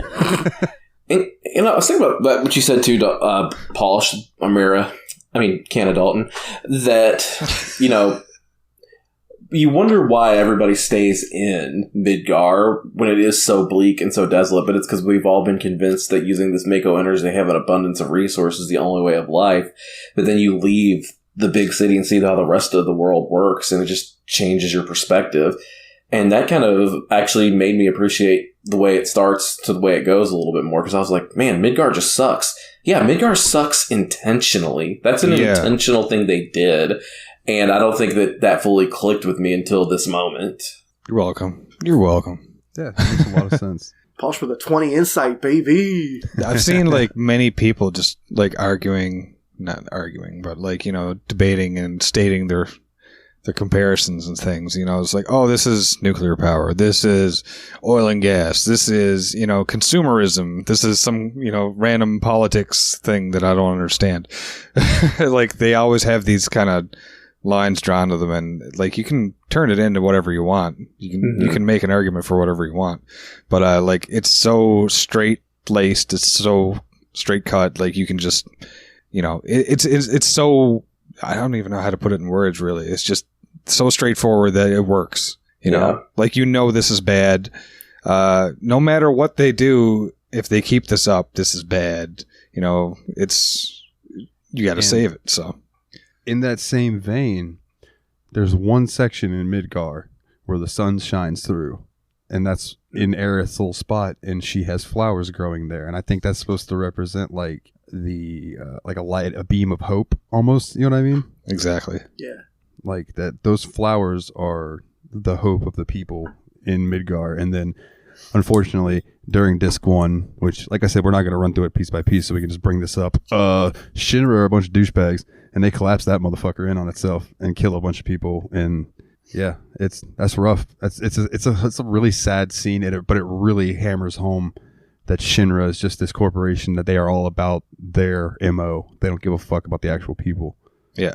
And then what do? They blame it on Avalanche. Avalanche is who you're part of, and you're joined in. So it's like, oh man, like they're all of a sudden they're just throwing the wrench into everything. So it's just, they really went out of the way. All the games up to this point in the Final Fantasy series are pretty much linear, like 4 and 6, the ones that I play the most. And that's what I like about them the most, is that they're so linear. But these ones, there's a lot more back and forth. There's a lot more fill in the blanks, those little flashbacks and stuff that make no sense until you get further into the game. And I think it's kind of amazing how well they did that, considering they never really did that before, not to this extent. So one thing I've noticed though about Final Fantasy VII is how linear it actually does feel now going through the game. Like there's definitely that set intended path for you to go down. I know there's things you can do outside of the main quests and everything, but like it does a pretty good job of leading you exactly where you're supposed to go. And the map itself doesn't feel like you have a lot of options on where to go other than to the next location. Yeah. Yeah, I think you're just referring to the difference between linearity and the storytelling time versus linearity in the actual gameplay space, where it gives you kind of the illusion of choice and the feeling that you have choices, but you also kind of are really pulled to the next location. Yeah. Like, I think they nailed it at this point. I mean, whenever you get an airship in the game, boom, it opens up, and what's the first thing you want to do? I want to explore, and I think this one, it nailed it, because it's like, I want to explore this world because I want to see what else it has to offer. It's not, I want to see what I can find or treasures. For me, I was always like, what else is going on? So can I get ahead? And that's what you kind of look for, at least when I was first playing through this in high school. I'm like, I want to see it. Do I get like a cool Esper, or do I get a cool summon over here, or materia over here? Esper. Yeah, there you go. Nice. So I like Guardian GF. God, Jinx. No. Well, An Eidolon. Eidolon? Eidolon? The thing I always hear that people complain about with Final Fantasy 13 is that it's like you're running down a hallway throughout the whole game, right? But then I think to myself, dude, people, me included, love Final Fantasy 10, and most of that game is running down a hallway. So I don't know. It's like people are weird, but like I think that's the other kind of linearity. Like that's what I first like thought y'all were talking about, but then Willie just summed it up like what y'all were talking about, and I'm on more of a page now. But that's what I was thinking when we first brought that up. I was like, yeah, there are some linear Final Fantasy games, but complete different opinions on them though. Yeah. But 10 is an interesting point to bring up, because I remember the controversy at the time was that the game was so linear it doesn't even have a true mechanical overworld, which every game up to that point in the series has had. Yeah. And some people hated that about it. Yeah, like, you never break out into an overworld map. You're always moving from place to place or quick traveling. Yeah. My argument to that is it had Blitzball. It did have Blitzball. Jack Shot. It's not Triple Triad. Cue Japanese metal song, sung in English. Oh, Otherworld, hell yeah. Oh yeah, dude, that final boss music sounds like Rammstein. Yeah. It's like Japanese Rammstein cover band or tribute band. Were there any particular moments besides the big moment that I'm sure we'll talk about at the end because that's the cap of the disc? But are there any moments that like jumped out to you that you either didn't remember or you did remember, you just find them particularly impactful? I've got a couple that I actually wanted to bring up. The first is I've remembered the Midgard Tower sequence being really long and stressful. And I was wondering why I remembered that, and I got back to it. It's not so much that it's long, it's that it's very stressful, because once you get to level 60 in the building, everything is either little puzzle vignettes or boss battles. Like, it is constantly throwing shit at you for the first time that you haven't seen, don't know what to expect. It changes your party composition like 4 times. It gives you like 6 boss fights, and it's constantly keeping you off your feet feeling, which I think worked in a really way, but it was interestingly stressful, you know? Yeah, that is very fair. And I hate to go through a different direction, but mechanically what they did in that section, differently than they did in the rest of the game, is like they made it easy to remove materia from characters when you switch between characters. Later on in the game, I wish there was just a button to remove all materia from a character so that I could easily swap up my party composition on the overworld without having to go through every materia and removing it from a character. That is one of my big gripes, is the UI in this game. I thought there is a remove all button. It's just really weird. Is there? I thought there was. Like, it's almost like below kind of deal. I don't think there's a button that I think was what Nathan really wants, which is if you could go to the PHS and hit a button to undress everyone that isn't in your party, that would be like super helpful. Oh, okay, yeah. Yeah. Yeah, for sure. Swapping materia is a pain in the butt. And that's one of the reasons I tend to stick with the party that I have. But I've had to go and recently was doing some grinding, and I was just swapping party characters and going around and leveling everybody up. But I'll bring that up in a second because I do want to talk about party members and stuff. But yeah, I didn't mean to interject there, but it just came into my brain and I had to get it out. So, Willie, if you want to go back, that was super natural. No, that was actually a super good natural point that. Like, I have been having that exact same feeling that moment really lets you just switch stuff up. But I thought it was a cool sequence, and I thought it did a good job, because I feel like in this kind of game, like, after I got out of there, I was kind of conscientious of the fact that I can put the controller down at any point in time and walk away in the middle of a dialogue and nothing bad will happen to me. But during that sequence, I was kind of like shaking my leg the whole time, like, okay, there's a lot going on here. I don't want to screw up. Like, it felt high stakes in a way that I'm surprised was still effective 20 years later. I guess, does anyone else have one they want to bring up? Because I have a couple others, so I didn't want to go bang, bang, bang. Y'all had other ones? I have one, but go ahead, Paul. All right, I was going to say, anything to do with Nibelheim was my favorite. It was just, for me, like, people were like, I hate Cloud, he's like, nah. I always hear people complaining about Cloud, even though, like, I always hear people saying how much they love 7. It's like, how do you love 7 so much and hate Cloud? So I like the characters, especially. Yeah. There's 2 I really think are weirdly misinterpreted. Yeah, I really like Cloud, but I mean, it gets what I like into him is much later into the actual game too, like well later on when they start explaining it. So, but Nibelheim is actually what I wanted to bring up too, because I wanted to say that the first Nibelheim flashback happened so much earlier than I remembered it happened. Yeah, it does. Like I really thought that was like towards the end of disc 1 thing where you find out what's going, kind of what Sephiroth did, why your party kind of know each other a little bit, some of them. Like, that's literally the first place you go after Midgar. You have that flashback all the way in Calm. Yeah. I do want to say, just from like knowing things that I know, I mean, obviously, this is over 20 years old now, right? Yeah. So like, You're not gonna tell me. I feel like we could have a spoiler chunk because right now we've actually done a fantastic job of not spoiling anything. So I think we may want to put a spoiler chunk towards the end of the disc chat, like once we finish talking about the characters and stuff. Okay, yeah, that's fine. I'll make a little note. Because I honestly think we're not going beat by beat. We're talking very much about the mechanics and the feel of the game so far. And like, I think that also when we get later into this game, the plot gets a lot less dense, like as it answers questions it's set up before. So I don't think telling the plot in like a linear direction is as good of an idea because that's kind of not how the game does it either. Yeah. The thing that sucks is I can point to areas of the game that I did not like, that I found very frustrating and not fun to play in, more than I can come up with the points that I really liked a lot. One that really jumps out to me as a place that I really just do not like to be is the Gold Saucer. I hate everything about the Gold Saucer. I was going to say, is he going to say Junin? Because Junin's that for me. Junin's not great, but I hate the Gold Saucer with a passion. Like, and it probably comes back to childhood memories of spending way too long in the Gold Saucer trying to get, I think it's 134th scale soldiers and trying to unlock Sephiroth as a playable character by doing that. Thanks, Internet. Not Internet, it was specifically one of your dipshit friends, and I know who it is by name. So, like, that was really frustrating. And then I just don't like anything about the Gold Saucer anymore. So, like, I just do the bare minimum in the Gold Saucer to progress of the game afterwards. Yeah, no, I can get behind that completely. I spent a lot more time in the arena than I'd like to admit. See, I have no desire to breed chocobos or do the battle arena or any I did of that now. I did that. Oh, man. Full disclosure.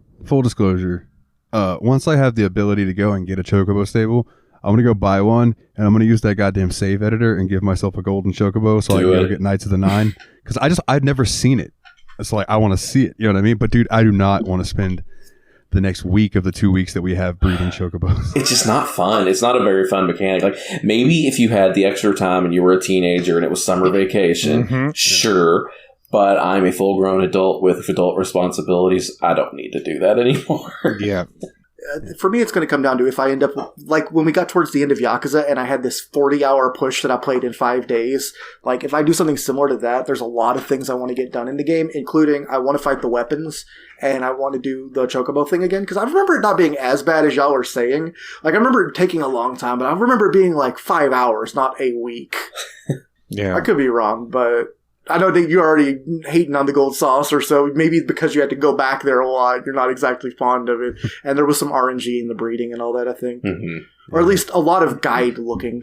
Yeah, it's just like one of the things where, like, in Sonic Adventure games, I know people love the Chow Garden in those games, but, like, I can't get into it now. Like I like the Sonic Adventure video games, but didn't play them growing up, and I just can't spend the time on Chow Garden stuff now. Which was so weird to me because, like, I'm so used to people talking about that as, like, their favorite part of the game that when you started playing Sonic Adventure, I'm like, oh, I can't wait till Nate starts telling me about what Chow Garden is like, and I never heard him mention it once. Paulsh, only you will be able to relate to this. But Final Fantasy XIV's Gold Saucer spoiled me because when I went into Final Fantasy VII's, I was like, oh, man, this is nothing like the Final Fantasy XIV Gold Saucer. I never even made it into Gold Saucer in 14. You did? Oh, God damn it. God damn it, Paulsh. I don't even know where it was. It was out in the middle of a desert. That makes sense. That tracks. Yeah. So the impactful moment to me, other than the one that we'll talk about in a little bit, that everyone knows is coming. We're just going to make you wait for it, like an edging session. Very sharp so edge. I knew Red 13's name already. So like when he gave me the opportunity to name him, I named him Nanaki. Yeah. Because I did that on my second time I played through the game too. It's like, dude, I'm not going to call you Red 13 if that's what that asshole named you. Right. Why? Here's my question. Why did he let you? Like, come on, Nanaki. Why did you let us call you this whole time? When you had a name, you could have just told us, you prick. Yeah. Exactly. I don't think, but he mentioned it. I don't think he really considered y'all friends so much as, okay, we're getting out of there. He even says, this name has no meaning to me. Let us go. Yeah, but he had time to develop the relationship. At some point during their travels together, he should have said something. Yeah, for sure.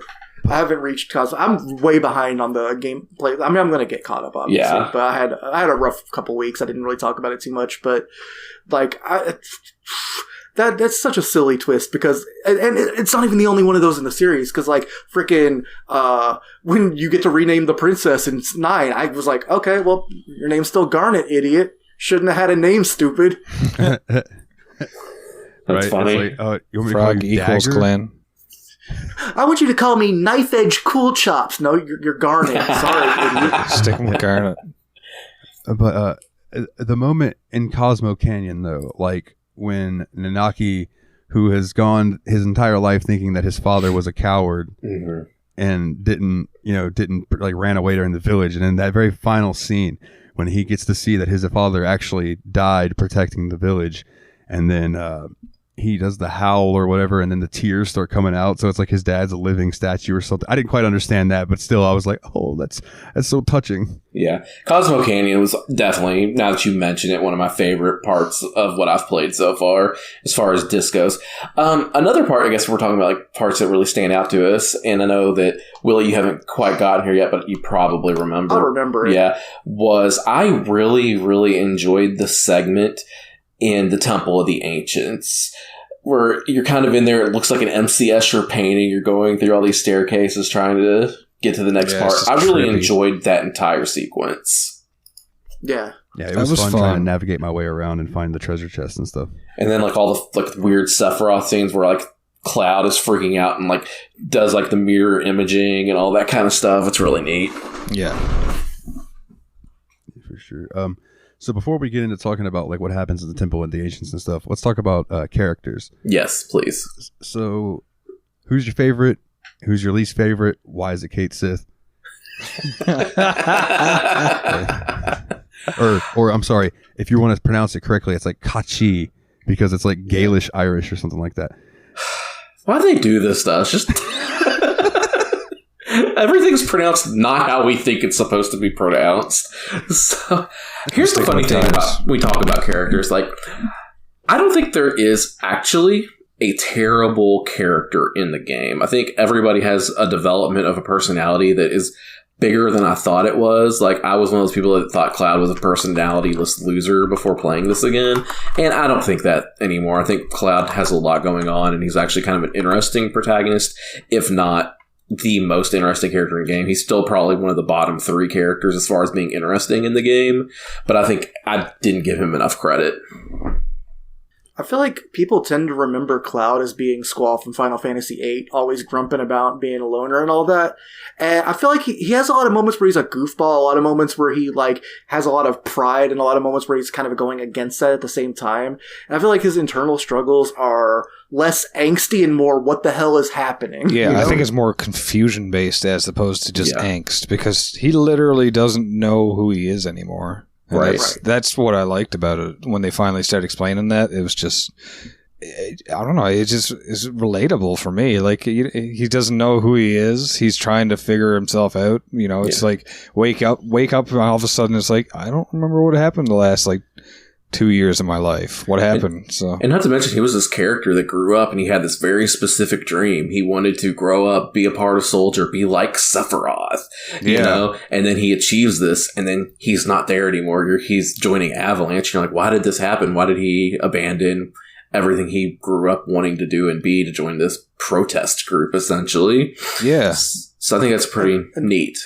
When you find out what happened with Sephiroth in Nibelheim, it's kind of like, holy shit, what Cloud's going through seems to weirdly parallel this, but Sephiroth went all nutty all at once, so what is Cloud gonna go through as he kind of trickles this information out slowly instead of all at once and going mad like Seph did, you know? Yeah.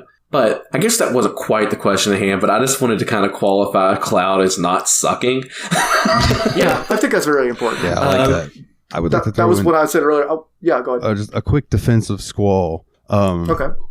I've read in subsequent years that like most of Squall being like the whatever kind of guy is because the translation. Like, apparently in the Japanese version, he had more of a personality, but when they translated it over here, I think they got one person to translate it or something like that. And, they just cut a lot of squalls, like things that he would say. They were like, we don't know how we would translate this, so we're going to make it whatever. Mm-hmm. Well, from what I understand, I've read an article about the translation of Cloud's lines, especially the whatever lines in 8, and I get the impression that it was less along the lines of them changing the mood of it, and more he says a bunch of different, like, sulky, sullen teenage shit, that's none of my business, what a pain, or whatever, and they just decided to roll it up into a catchphrase instead. But, like, he's still being a sulky teenager the entire game. That's fair. I think if I were gonna, like, the character that's stood out to me the most in this game so far has been Tifa. And it's because, like, yeah, she really stands out with those triangles, right? Yeah. Yeah, buddy. But this is a bad podcast. I know from things that I know about the game, I know Tifa knows more than she's letting on, right? Mm-hmm. And I think knowing that and seeing, I can almost see a struggle in some of her dialogue where it's like she wants to talk to Cloud about this stuff, but doesn't. Yeah, she's definitely holding back, and you can tell. Yeah. And Aerith, too. Like, when you go to, and this is kind of touching on what I was going to bring up, but it ties in. When you go to, is it Gungaga? Yeah. And you meet Zach's parents. Mm-hmm. And they're like, do you know Zach? If you have Tifa and Aerith with you, they're both like, what? No, you don't know Zach. What are you talking about? And they storm off. Yeah, I had Tifa in my party at that moment, so I did see Tifa storm off. I think I had Yuffie too, and she didn't have much of a reaction. Yeah, that's who I had as well. But in the little walkthrough thing, it said, if you go with Tifa and Aerith, that they both react to it, and so that leads me to think that they both probably had something to do with Zach. Now, here's my little thing that I was going to bring up, and like I said, it kind of correlates, and then we'll get back to talking about characters. But since we're talking about Gungaga, when you get to Gungaga, that's where the reactor had been, like, blown up and it had destroyed the city and everything, right? Yeah. And that is Zach's hometown. When you're Cloud has these memories of his hometown being on fire, and you go back to Nibelheim and it's perfectly fine and no one remembers him, right? I went to, and Nate, you did this too. I went to Nibelheim before I went to Gungaga, right? So seeing that, and then when I went to Gungaga and saw the remnants of that town, knowing what I know about what happens later in the game, I was like, oh, holy shit. I just had this, like, I'm getting goosebumps right now. I was just like, I had this realization that I was like, oh, fuck. This is what it's talking about later. I don't know everything, but I kind of see where this is going. You know what I mean? I was like, this is really cool. Yeah. I'll definitely say that the plot has been crafted in such a way that I'm experiencing it for not the first time now, and I'm seeing that there are a lot of hints and interesting things in the character development that I never would notice before. Yeah, like going through it in high school, a lot of things glossed over. And now when I knew about this and that, I'm like, okay, you kind of, it's like watching a movie for the second time when you really enjoy it and you know what to look for, and all of a sudden, like, you don't catch these things the first time. So it's just one of those things, like, should you play this game twice? If you really liked it, yes. Because there's so many little nods like that. And they just nailed it. I had the same experience when I watched back through The Sopranos. It's just there's these little things that you wouldn't notice the first time through, but when you do the second through, you're like, oh. And yeah, and I love moments like that. Yeah, I felt that with Breaking Bad as well. Yeah, dude, I fucking love it. But so the moment... So I joke around saying Kasith's the worst character. But he is. He pretty much is. But I don't want to admit this, man, but, like, Vincent, I love Vincent to death, but his limit break makes me not want to use him as much. Because it can be strong, or it can heal the fucking monster you're fighting for 1,000. Yeah.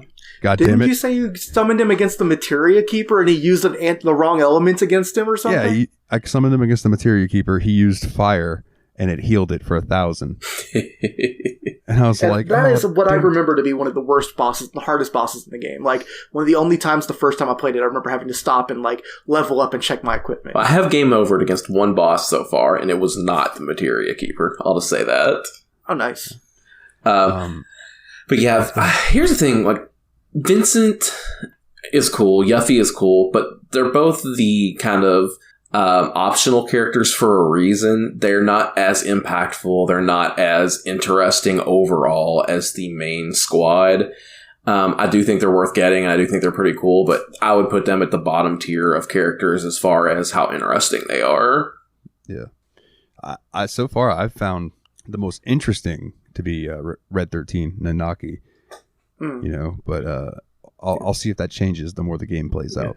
So I have like what I consider my 4 favorite characters, and I don't think I'm going to surprise anybody with these, but I absolutely love Barrett. I think he's got a great character, great personality. I love the whole story with him and Marlene and how that's his adopted daughter, not his actual daughter because of his friend that died.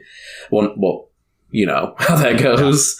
Died, quote unquote. Yeah, so like I've really loved Barrett, and I think I relate to Barrett a lot. I think he's a really cool character. Other than him, I've really like you said, Tifa is one of the characters that's really stood out to me. Red 13 is always going to be one of my favorites. I just love that dude. And then Sid Highwind, you can't not like Sid. He's like, I was going to say, when you... No, you go. I was just going to say, when you said Barrett is your top one, I was immediately like, if you like Barrett, you're going to love Sid because he's basically the same kind of energy brought to the party. Yeah. Make some goddamn tea. Yeah. Yes.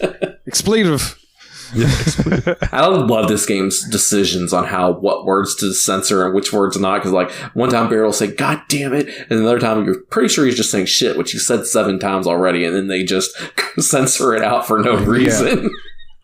Yeah. I hated Barrett when I was playing in high school, and going through it a second time, I loved it. Barrett He's awesome. Yeah, like they make you not want to like him in the beginning because he's like being an asshole to Cloud, and you know he's just stubborn as hell and shit like that, and you're just like, he's just gonna get us killed kind of deal.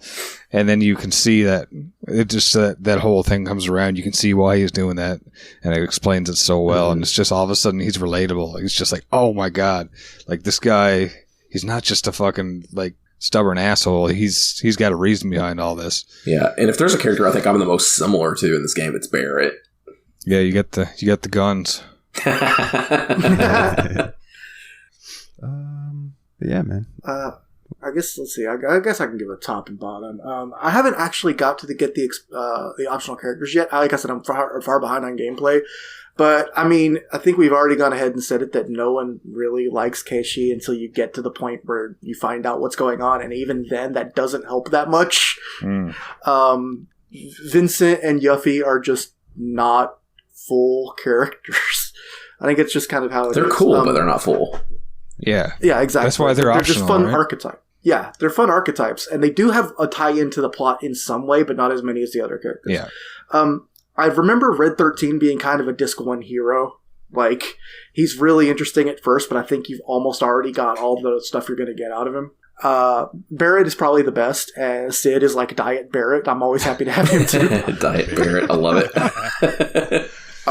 And then like I'm saying, I'm having more fun with Cloud. I did not remember. I remembered thinking that people have a weird take on Cloud, and as I'm replaying it, I'm like, yeah, he's an energetic young goofball when you see him in flashbacks. He's kind of brash now, but it's because he thinks he knows his shit. But he's not like the total dick. And it's also, you have a lot of voice choices in the options too. You can play him to be a sullen dick, but I don't think that is like the necessarily only valid read. And I feel like it doesn't match up with his younger personality when you do it like that. Let's mosey. And then let's see. That's I also my want favorite to line. I want to shout out that. Oh yeah, let's mosey. He says shit like "let's mosey," And everybody acknowledges it. They're like, "What the fuck did you say?" I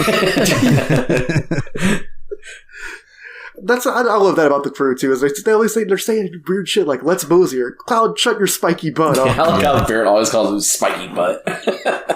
Yeah. But I also want to say, like, Aerith, I also remember that everyone seems to remember her as a no character having healer or whatever. They're just basically there to be the group priest and go, oh, what's happening? I don't understand. And then things happen to her because she's plot based. No. But like she is a full ass person. Like, for one thing, she's the like weirdly flirtiest character in the group. Like, remember the scene outside the Honeybee Inn where she's like selling flowers to the guys, and one of them's happy to have paid her $500 because she got to talk to her a little. She charged one of them like $200, and she gave the cute one a flower and one gill. Like, that's like really funny, and like, she hops up on Don Corneo's bed and threatens to rip his dick off at one point. Like, these are things that happen. This is not the character people remember. Yeah, for sure.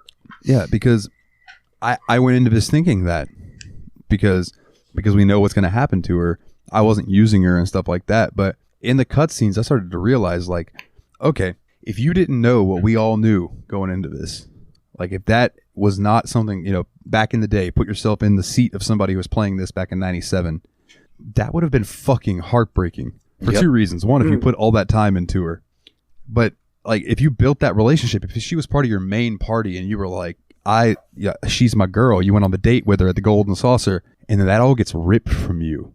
Yeah. That's an impactful moment. She could easily have been somebody's favorite character before everything that happened, because like she has that much of a personality and she is a cool character. So like I can definitely see that. Yeah. She's also not like this ditz that just keeps hitting on stuff. She's actually aware of everything that's going on. She knows what Sephiroth is up to, basically, and all the things with the ancients. And she just chooses to be this happy-go-lucky person and like Miss Positivity. She knows what's going to happen to her, and she still she puts on this. Yeah, it's kind of like Yuna in Final Fantasy X, where she like knows that she's got a heavy things in front of her, but she puts a smile on her face. She makes herself the party face, and yet, like you said, she's super aware. Like when Cloud tries to sneak off on her, and you know, early on in the game, and she's just there waiting where he's going. Yeah, I think it's great writing. I mean, I think when people say it's overrated, I don't think it's overrated, but I think it is earned it. It's not my favorite game by any means. But it's a game that I really enjoy. Not enough that I think the remake's worth it. I just like the original that much more. But at the same time, I'm just like, because it's hit so many things, like graphics, music, like themes and stuff like that. The way they pulled this off back in the time that it came out, it was game breaking in so many different ways. And that's why I think it's you know, it's set the bar for so many things, and that's why I think when people say it's overrated, I'm like, I don't think you get it. You know, you don't have to like it, but you have to respect for what it is, because it's got a lot going on. Yeah. And one last thing I want to touch on before we talk about the ending of Disc 1 and then do our casting and the list, and then we'll let you go to bed, Balsh. But is this game has some humor, some sprinkled out through it, okay? Yeah. 2 moments in particular. Okay, and one I'm sure we'll deep dive on a little more, which is Don Cornejo and that whole section. But, dude, the moment when you have, when you're in the Temple of the Ancients and you figure out that, you know, you have to shrink that thing down in order for it to turn into a materia, and somebody has to die, basically. And Kate Sith is like, I'll do it. Nah, man, I just control this body from, spoilers, from Shinra headquarters. And, you know, like, I'll do it. And like, I laughed. It is supposed to be a serious fucking moment, because like that happens, and then Cloud goes down there, and Sephiroth comes. He gives him the materia and all of that. And there's this moment where Cloud's freaking out, and in this really serious moment, in the top left corner, here comes Kate Sith just walking up like nothing ever happened. Just here's a new body. Hey, did I miss anything? And Tifa just looks at him, while I'm pretty sure Cloud is beating the shit out of Aerith down in the bottom of that. Yeah, that was a weird scene. He just tackles her and starts punching her. I'm like, holy shit, Cloud, calm down. That ruined it for me, for the fact that it's like, okay, cool. He's controlling a robot with a remote control. There's no loss here. Like, he's not going to die. And like, then you got all this other stuff going on. I'm like, no, man, like, you're taking away from the gravitas of the whole thing. Yeah. There's a bit of a comical, theatrical overacting that the character models love to do. Oh, yeah. Well, that's part of the chibi art too, right? I mean, like they have those grand gestures, like they always, exactly. They do the big open arms and wide, like woo. It's very traditionally Final Fantasy. Like all the characters in Final Fantasy VI, who like to turn back to the camera and go like, yeah, exactly. And they had to do that, and it looks hilarious when you put it like for Dalton if he's wearing. But it's great. If he has like the mods on for like to make the less chibi world sprites, basically. When they start doing all those over the top motions, it just looks so weird. It's hilarious. Yeah. One thing that is funny is that in the cutscenes in the version that I'm playing, obviously they couldn't change those. So like it'll go from the cloud that I've been looking at playing, it'll go to a cutscene and it's a little blocky chibi cloud. And so I still do get to see that every now and then. But we have to talk about Don Cornejo. Who did he pick in y'all's game? Eris. Picked Eris? Picked Eris and Pulses too? What about you? Tifa in high school and Eris in the second main play. I think if he picks Eris, that means you almost nailed it, right? You got Eris too, right, Dalton? No, I got Cloud. He picked Cloud. I got Cloud. Yeah, high five. Like I used an FAQ. I wanted to get that right. Was there an achievement associated with that or something? No, I just wanted to do it. Okay, fair enough. No, yeah. Like I said, I got all of it perfect except the fucking squats. Yeah, so you can make up for the squats wig. if you get the shitty wig, but you have a good roll on the makeup. I think you're fine. Yeah, I had a bad roll on the makeup, but I had the perfect wig, so I was okay. Because the makeup's just RNG. Oh hell yeah. Yeah, and the cologne too. I got the expensive cologne or whatever. Not perfume. I remember the first time I played it, I got the bad one I got the medium one. Because the first time I played it, I went and did the pharmacy coupon before I realized I was part of a quest. I got the deodorant. So I'm like, Cloud probably will need this. What would be the expensive cologne in 1997? Would that be like CK1 or something? What's going to be the cheap one? Is like preferred stock? That's CKY. It's probably Michael Jordan cologne. Dude, I definitely got deodorant when I played this stuff. Nice. 96 quite bitter scents. Nice 96 quite bitter oranges. I do have a question though that I'm not sure how ever happened. It's like they decided to make this character so much bigger in the remake because people loved this character, and I don't understand how anybody ever got attached to Jessie. Yeah, she flirts with the player. Yeah, she flirts in the beginning, and that's about it. I just never understood why people get attached to Jessie. It's so weird to me. I'll tell you something funny if you use the mods that I'm using, is that everyone has a better looking sprite except the fat guy. What's his name? Oh, Wedge. Is that Wedge?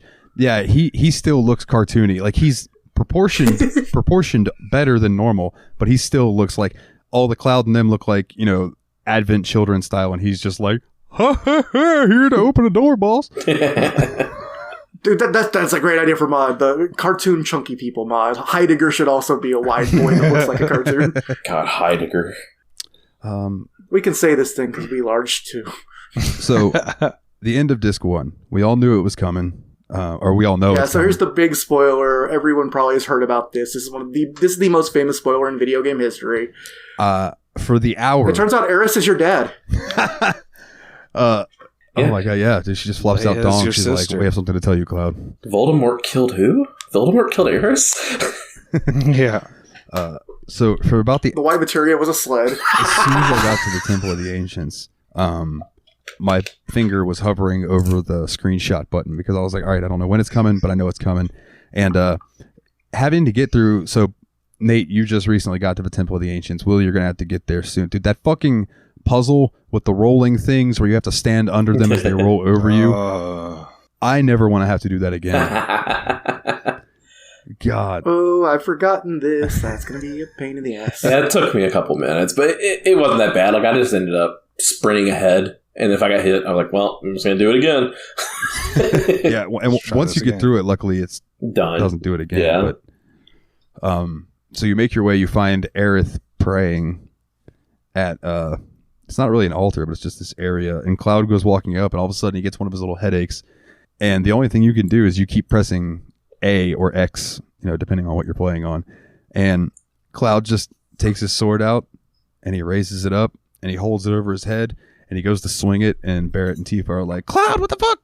And he stops, and Yeah, and then he doesn't he fall backwards, and that's when Sephiroth drops down out of the sky and just drives his way larger than normal katana straight. It's probably a Dai katana actually, straight through Aerith. Boom. And I gotta say, and I mentioned this in chat to you guys, I knew it was coming, but it was still impactful. It was still a powerful little scene, and I was impressed with that. The fact that I could know it was coming and it still emotionally did something to me. I was like, wow, it's pretty good fucking writing. Yeah, I'm looking forward to seeing that scene again in today's light. So I should get there next time I play the game, probably, which will probably be tomorrow. So Yeah, I want to say I look forward to it, but because of that scene, it always, when I get it to that area, I'm always like, the music is just, it puts me in that mood where it's like, I know this is going to happen, and it always throws me off. So it's that's because I know, I'm dreading it because I know it's going to happen, but it's just okay, but we got to get this over with. Yeah. Which is, oddly enough, Eris's point of view, pretty much. I was like, we can do this. Okay. Quick argument. Eris or Aerith? Aerith. TH. I named her Aerith on my game specifically because I knew you would name her Eris on your game out of just to piss you off. That's why I've been making sure I at least send you a copy of the screenshot, even if I don't send it to the group chat. I always make sure I've got the word Aerith in the just screenshot every time. But why did it change? I don't understand why it changed from when I played Final Fantasy VII as Eris to Aerith. It's one of those transliteration things. So there's not a difference in Japanese between the S and TH sound. So for instance, Sephiroth's name is also Sephirosu. And they knew that the word they were looking for was Sephiroth. But with Aerith, they were going for a combination of air and earth. And the translators didn't really know what that was. So they just kind of called her Eris. Okay, so I have a question. When you guys were playing it back then, Eris or Ares? Eris. It was Eris. We called her Ares down here in Florida. I think it's one of those things too, or whatever your peer group called the characters you tended to go with, because I think that's been I remember so much of these games being schoolyard chat too, because I know I say Pinky Demon when I play Doom now, but as a kid I always called them Bulldog Demons because that's what everyone in my area called them, True that. Just little weird things like that. So if your friends all say Titus, you don't want to be the asshole. Yeah. True. I refuse to be correct in that way. I'm just going to tell you that right now. Yeah. It's no, I'm gonna be wrong on purpose, and I'm okay with that. Yeah, I kind of dug my heels in the sand for the Eris post. I'm not coming out of this. You're not going to convince me to call her Aerith, and I'm sure Grim will yell at me about it next week. It's pineapples on pizza, baby. Let's go. I'm mainly actually going with Aerith because I may end up wanting to do one of the later Final Fantasy VII things, although I really have no interest in the compilation of FF7 stuff because I think that's where the bad interpretations of all the characters comes from. I think that is where everyone gets Grumpy Cloud and Ditzy Idiot Aerith and, childhood friend crush, but, no other personality Tifa and all that. And it's I don't think the game's writing, matches all that. Okay, there is one other thing. Good gesture. I appreciate that, Paul. One thing other than childhood friend crush. Two things. Anyway, but I probably will eventually play the remake at this point. And if I don't get used to Aerith pretty soon, I'm probably never gonna. Yeah, well, not to get into too much, but from everything I've read, there's differences in remake with how things go, and that's all I'll say. Yeah, I don't know too much. I'm a little worried that they're also going to try to write things like everyone remembers it instead of how it's actually being played in this game. And I feel like we've spent 20 years being gaslit about what the contents of Final Fantasy VII are, other than Eris dying. Hey, how come she's Eris when she dies? I just called her Eris. Oh man, I don't know. But so yeah, okay. Oh shit, my air conditioning came on. I thought I had that turned way down. Is it because I said Eris? I didn't say air on. Yeah, air on. So no, Aaron is that guy from 10 with the cool jug and the sword. Yeah. Is there anything else you guys would like to touch on? Yeah, I got one other thing I wanted to say. Yeah, which is Tifa. Yeah, baby. I would like to pet Red 13. He seems like a good boy. I'm going to do a couple things this playthrough that I've never done before. I never got all the limit breaks for Eris. Oh. So I'm actually going to have to use Eris in my party for the entire rest of time that I have her, because I need to get a ton of kills with her. So I've got her on all the, like, she's using my summon materia. She's constantly choco-mogging people, and when that runs out, I'll be putting Titan on her and stuff. Be sure to check your walkthrough.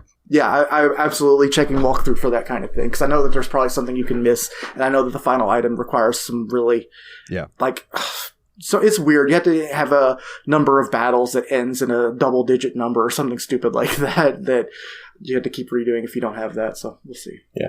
I'm actually going to say that on this playthrough, I've decided not to go for like a whole lot of extra stuff. I'm just enjoying the game for the intended story, the gameplay, not doing too much extra, because I feel like that's part of the thing that hurt this game in the long run for me as a kid, is trying to do too much extra in it. So at this point, I'm trying to enjoy it for what it is. And I will say I'm already at a much higher score number than I thought I would be for this game. Did you come into this thinking that this was going to be an easy joke where you'd say, yeah, it's Final Fantasy 7 out of 10? No, I thought I was going to give it a 5. Wow. Couldn't get into Final Fantasy V. I think it's because I lack nostalgia for it. I mean, I think that's going to work out well for you too, Nate, because honestly, a lot of the extra, like the stuff, the optional stuff, is to get super attacks and stuff. And the thing is, this game is an easy game for babies. This game is easier than Pokemon. There, I wanted to say something controversial. I've done it. This is an easy game for babies. Yeah, like I was mentioning earlier, have y'all had any trouble with any bosses? I had one issue where I died once. I had game over one time against one boss in the game, but other than that, I've had no issues. And that boss was Demon's Gate, which is the boss that's right at the end of the Temple of the Ancients, where you have to fight a wall, essentially, that killed me once. Okay, that was the one that I thought was harder than Materia Keeper. Okay, so with the Demon Wall, you just use Jump with Kane. All right. Just attack with Cecil. True. Sorry, I couldn't help it. Yeah, the demon wall's a pain in the ass. And when I saw it come up, it gave me flashbacks of Final Fantasy 12, where there's a dungeon where you fight a demon wall, and then later on you fight another one, and you're like, oh god damn it! But yeah, the demon wall was hard. There's been one moment where, because it's so easy, I wasn't really paying attention to my HP, and Cloud and Barrett both died, and I had to resurrect them quickly with Tifa. But I got through it. Oh, I got close to a game over once because I decided to do something I shouldn't have done just to see what would happen. So even when I was just at level 15 and I was outside of the Mithril Cave Swamp, I decided to go ahead and fight the Midgar Zolom to see how it would go. I almost beat it, but then he used beta at the end, and it would have party wiped me, but he used the little tail tickler move that banished Aerith from the fight, so it technically counted as Aerith running away. Nice. Oh, that's fucking a little get out of jail card for you for a game over. Well, I mean, I missed Aerith at the time. I would have liked to have her in the party, but I guess I'm kind of glad she didn't die. I'm hopeful nothing bad happens to her. Too soon, man. Too soon. So, I have one question remaining for you guys, and then we'll get into the little list that I have curated. So, I thought it'd be fun. So, the main Final Fantasies from my generation are 7, 8, 9, and 10. Those were the big ones. I think we've all played them. So I thought in the rest of the world, 7, 9, and 10. Yes. Sorry, I had to do it. So if we were to cast the main characters, so Cloud, Squall, Zidane, as I was corrected earlier, even though it's totally spelled Zidane, and Titus. Voice acting could not arrive to this series. Well, I was about to say that, and then Titus is the one name in the game that doesn't get said. Right, because you can name him. It's like anytime a game gives you the opportunity to name your character, you can just bet they're going to call you, hey guy, and things like that the whole time. Yeah. Hey, silent protagonist. Yeah. Well, no, they're not even, sometimes they're not even silent. They just are never referred to by name. Yeah. So my first addition to this is for Titus, Meg Ryan. Dude, I've got an alternate one for you. Britney Spears. Huh. Oh. He has the same haircut as like 90s Meg Ryan. I think it would be perfect. Don't ask me why, but for some reason for Squall, I'm getting Major Young Kevin Bacon vibes. See, it's kind of fun. I like that, actually. I was thinking of a young version of an older actor, too. But I feel like if we could get Tim Burton to direct this shit, I would put a Johnny Depp over there. A young Scissorhands type style, you know? And then, what's her name? Heather, or is it Heather Bonham Carter? Or Helena Bonham? Helen Bonham Carter. Make her like Renoa. Nice. Nice. Yeah, this could work. Cloud... NSYNC era Justin Timberlake. Yeah. Or maybe Lance Bass might be a better pick now that I'm thinking about it. Yeah. Lance Bass is already set for us. That's true. Yep. I would go for Cloud, dude. I would say like young Brad Pitt. Not even young. Like I think the Fight Club era Brad Pitt could work, honestly. Yeah, Fight Club. I'm gonna go a different direction with you guys with this one. Then I kind of want Cloud to be a little bit more action hero-y. I think he doesn't have to have great line delivery because he's kind of a weirdo anyway. And if he says something stupid and it sounds weird, that's even better. I want Dolph Lundgren. That'd be fun. Okay, here's one we haven't said anything, though, because it's kind of hard, because I feel like this one needs to be a child, which is Zidane, or Zidane, however you want to say it. So the funny thing is, I remember the "looks like Meg Ryan" jokes came out when Nine knew about Zidane. So, like, I think that one's a child, and so like I'm trying to come up with a kid actor that works for it, and I'm kind of drawing a blank on any good kids. Maybe if we can go back in time and get Goonie era Sean Astin to do it, that could be fun. That's true. But like, how old are they? Like 16 in that game? I don't know. They look super young. They look like 10. Yeah, they do look young. I think it's just part of the. It's part of the art style too. But I have trouble seeing them as any older. Proportions. Yeah, that's true. They do look kind of like young teenagers. Maybe like one of the Hanson brothers. Isn't Zach the youngest of the Hansons? Fuck if I know. Yeah.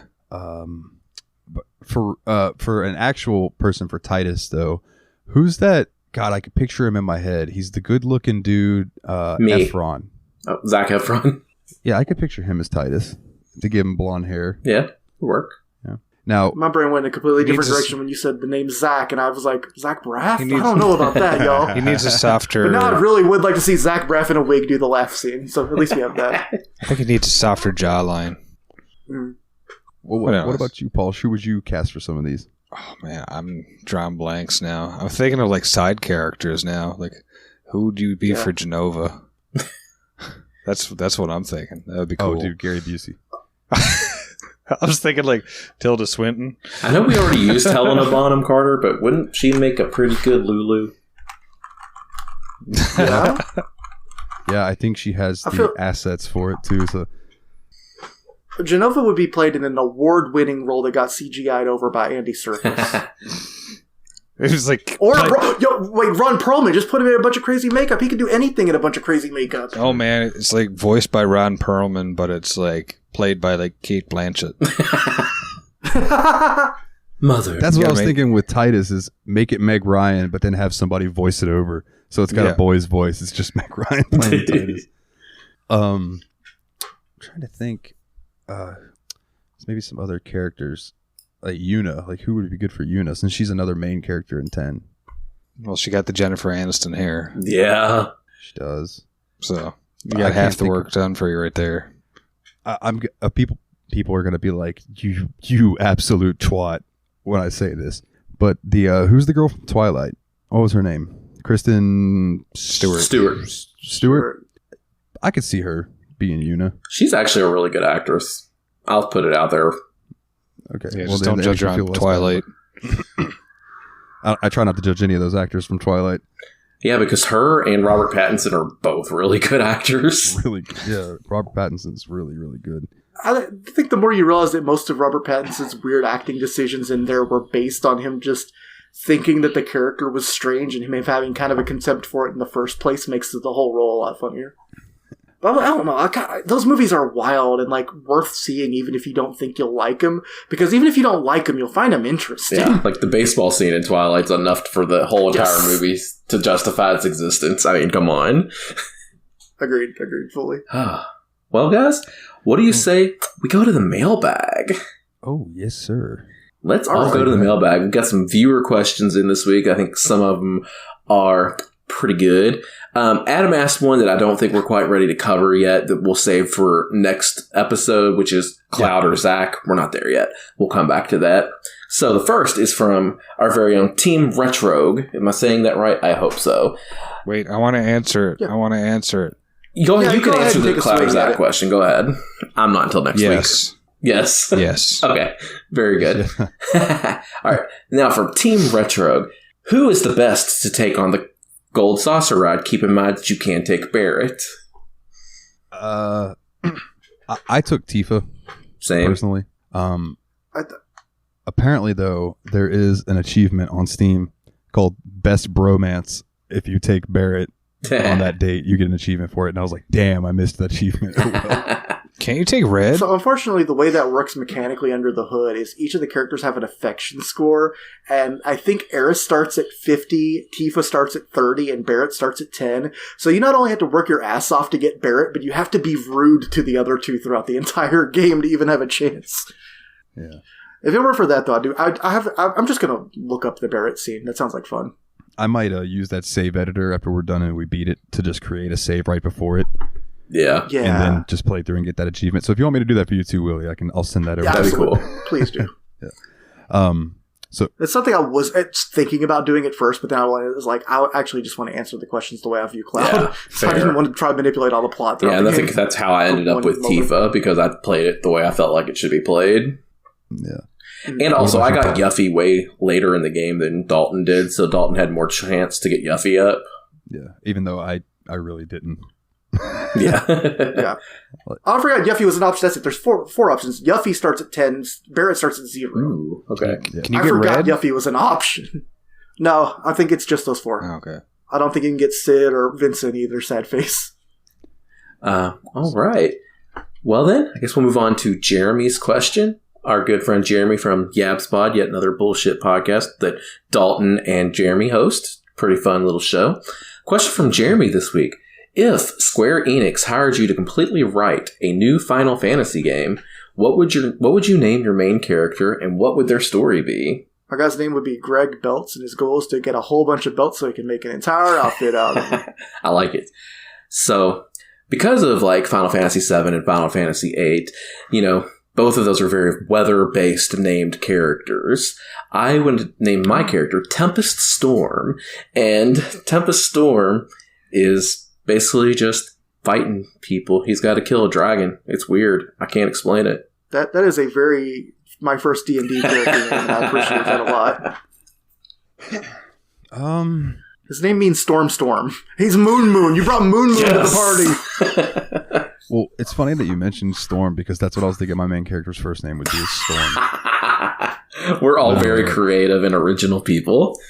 Like, Mine was going to be Lightning. Son of a Lightning bitch. McQueen? maybe like, Lightning's the character from Final Fantasy Oh. 13. Wow. yeah, it's the main character's name of 13. Wow. Okay. Maybe like Storm Shadowsphere or something like that. Wait, Lightning Storm Shadow? Like the G.I. Lightning Joe? McQueen is in Final Fantasy 13? Yes, main Yeah, I thought the character. cars were in 15.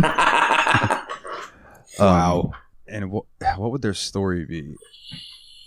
Man, if I'm going to be completely honest, if I was going to be in charge of a Final Fantasy game, I would be in charge of Final Fantasy VIII Remake. Like, I would just be like, listen, this game deserves it more than 7. It's got more to flesh out. Goddamn, we could have a whole game based around the gardens. Okay? So, like, come on now. But, well, man, that's hard to think about a story. Maybe, like... Yeah, it's really hard to come up with on the spot. maybe, like, have him going through and he's trying to face this evil, but it turns out that evil was actually his twin brother that he's been separated from. And then you kill a that has god. And then at the end, they have to fight one another. Yeah, and then they become gods, and What if they fight together the whole time, and then in the end, after you save the girl, you have to fight your brother? Double Dragon. that sounds. Oh, I was gonna say that kind of reminds me of that game, A Way Out. Yeah, I mean that's basically what I got. Paul, you got anything for us? I'm drawing blanks. That's fair. Not really. That's fair. I said Greg Belts. I should probably come up with a half series. I like Greg Belts. That's canon now. We need Or a, like Fair enough. Catch him in Final Fantasy 69. It's going to be the toots. What about we need like a fire elemental. You got like Titus, Squall, Cloud.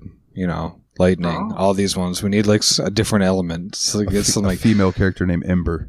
yeah. And That's not bad. yeah, exactly. It can't be flare because that's one of the spells. So it's like okay, yeah, woo. wrong flare, but we'll go with it. You're gonna put Charlotte in a video Cast game? flare drip. Yes, okay, and we're gonna give her big goofy shoes, and she's gonna go between Disney worlds, and it's gonna be fucking fantastic. I thought that was the premise for Kingdom Hearts anyways. Shows how much I paid attention. All right. And now we have another question from our dear friend. Oh, man. He's got way too many names, so we'll just go with the original expendable Mr. Syllables, old Jeffy Lube himself, asks us, out of all the Final Fantasies you've played, Final Fantasies you've played, who are your top 3 characters? Top 3 characters. Yeah, big one. I have 2 that I can think of off top. I need a second to kind of come up with a third. Let's think for a second. Let Truncate Silence take out the problem. Just raise your finger when you get 3. I got it. All right, what you got for us, Paush? I got Cecil, Orin, Cloud.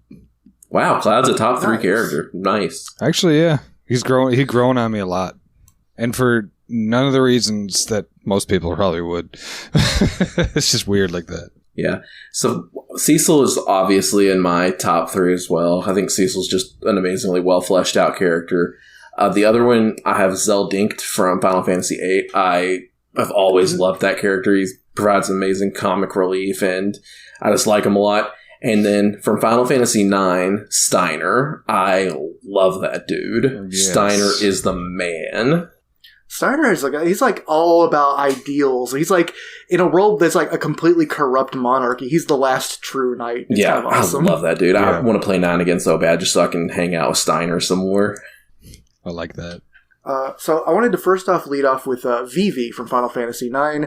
He's, again, a character that's got a very incomplete knowledge of who he is, and his way of confronting it not only drives his story, but his relationships with both Zidane and Steiner end up being, like, I think some of the most interesting parts of that game. Like, just the way they did decide to protect their little boy, who is also a weapon of mass destruction, basically. It's a crazy story. Yeah, Vivi's fantastic. I love how they just used the character model from Final Fantasy 1 of the Black Mage and fleshed that out into a full 3D model. Like, Vivi is fantastic. Yeah, for sure. Yeah, that they really did just take that classic sprite and then just make a full-ass character of it. It's a little great. Jawa-y, but it's okay. I mean, you kind of have to, because the other choices are not that great. Either glowing eyes with nothing underneath, or some kind of, like, always in weird shadow, or else you've got, like, weird dark makeup that will not look good in the future. No. And then my next pick was going to be Galith from Final Fantasy V.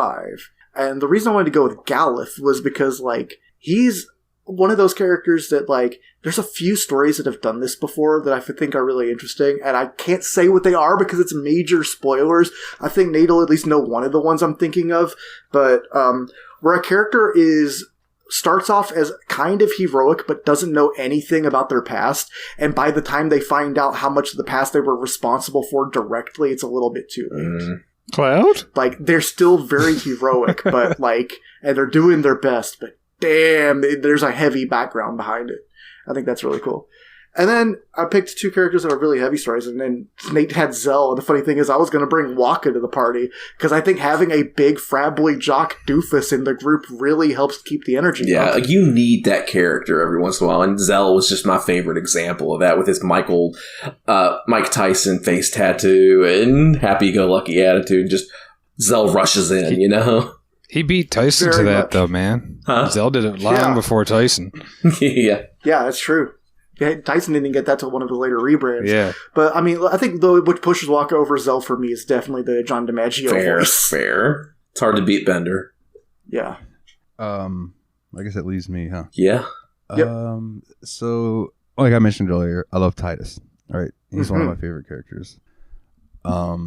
Just the way his plot plays out, he's awesome.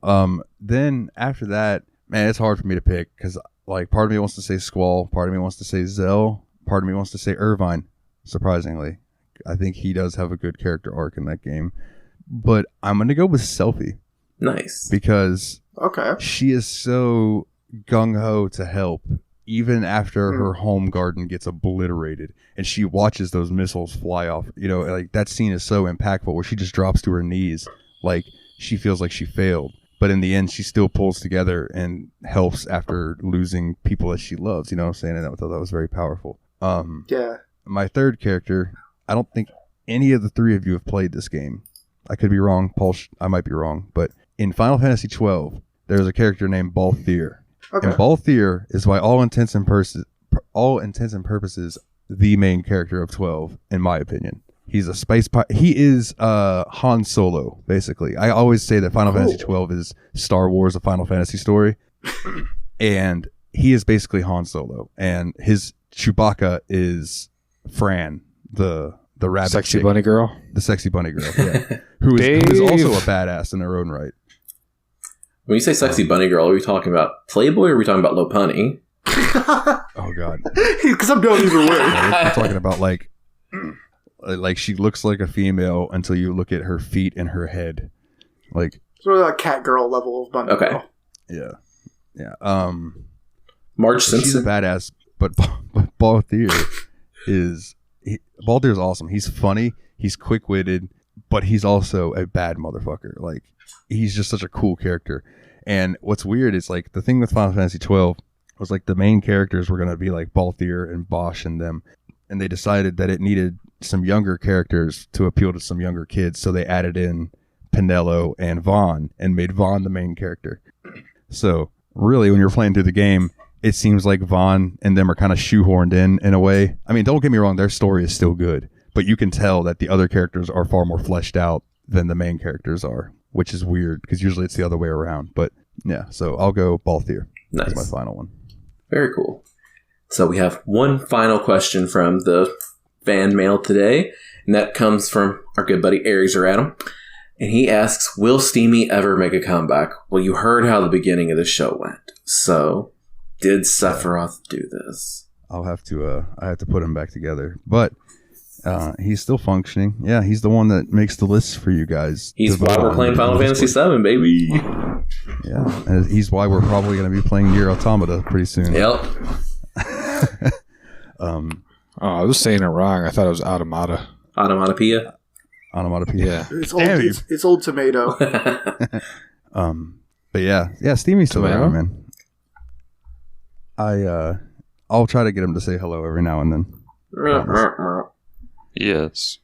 All right, and Yes was really good. What the hell? It sounded like a speak and spell.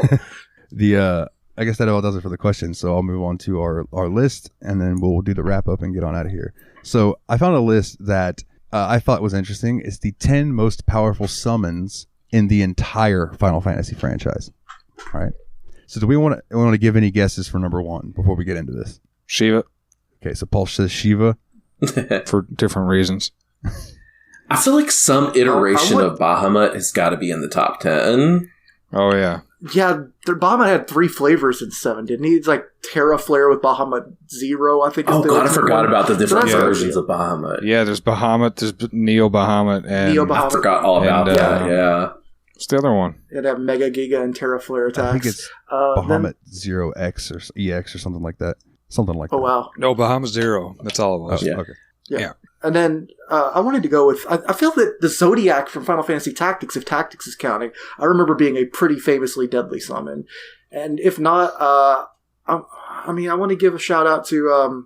God, what was that one called? Anima from Final Fantasy X, just because it automatically starts off being able to break the 9999 limit. Oh, yeah. Also, this story of where that Aeon came from is fucking cool. Intense. Yeah. Yeah. Like, you don't I love the expect summons that. in the Final Fantasy series, and I really think that 10 is one of the ones like 8 that does a great job of tying them into the plot in a way that feels commensurate to their immense power in combat. Yeah. For sure. They're not just like this ungodly thing out of nowhere. Like, they have this kind of connection to it. I feel like the summons made sense in 4, too. Yeah. Yeah, there was at least plot to them. Yeah. We didn't talk about this, but Ifrit in Final Fantasy VII is fucking atrociously ugly. We could talk about summons next week. I have opinions on summons in this game. We'll talk about that next episode. My top that I think is going to be number one is the Mega Sisters from 10. Oh, okay. The one I hope is number one is Eden from 8. That was the one I was trying to think of the name of and why I went with Anima instead, actually. All right, well, if any of those make the top 10, we're good. Let's see what we got. Let's roll in. So number 10 is Diablos from Final Fantasy Type O HD. Oh, Type O HD. I thought you were going to say 8, and I was going to say that's one of my favorite summoning animations of all time. And you know what's funny is I think since then he's pretty much kept the same animation in different iterations, like Sick. because it's so cool looking. 8 had Diablos, some of the best summon animations, period. Yeah. No cap. Love those. Boston. Absolutely agree. Diablos from Final Fantasy Type O may not be the most powerful in terms of raw damage, but he sticks around longer in the battle and can heal himself due to the fact that every attack he does drains the enemy's health and is used to heal him. Nice. He also does the signature move Gravitation Ball. So there you go. Excellent. Number 9, Arc from Final Fantasy 9. That was another of the ones I was trying to remember the name of. I can't remember the Holy Elemental ones to save my life, apparently.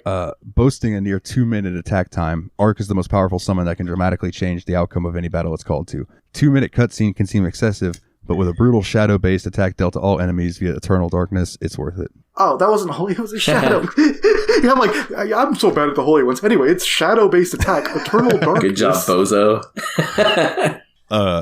Number 8, Tis I. Odin from Final Fantasy 9. Odin makes sense. Odin has appeared in a number of Final Fantasy games, but his most powerful version by far was in Final Fantasy 9.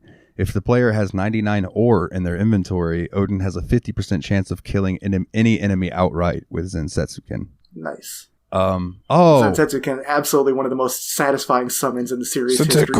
Again, 8 with the rainstorm when he comes clopping in. Yeah. Dude, I was way off. I was number 7, the Mega Sisters from Final Fantasy X. You made top 7. You're still good. Yep. The Mega Sisters. Oh yeah, I did it on purpose. 7 Final Fantasy 7. Good Mega job. Sisters being the Mega 511 points for you. Sisters are a trio of death on the battlefield. Cindy is a master of healing and magical attacks. Mindy deals black magic and defends the party, while Sandy is the one with a different name scheme and they hate her. While Sandy is the master of physical attacks and support. Combined, the three can damage all enemies, heal the party, and provide buffs. And they're also one of the ones that I know that when you break the damage limit with them, they can do some serious numbers. That's funny. I misremembered their names because you said Cindy,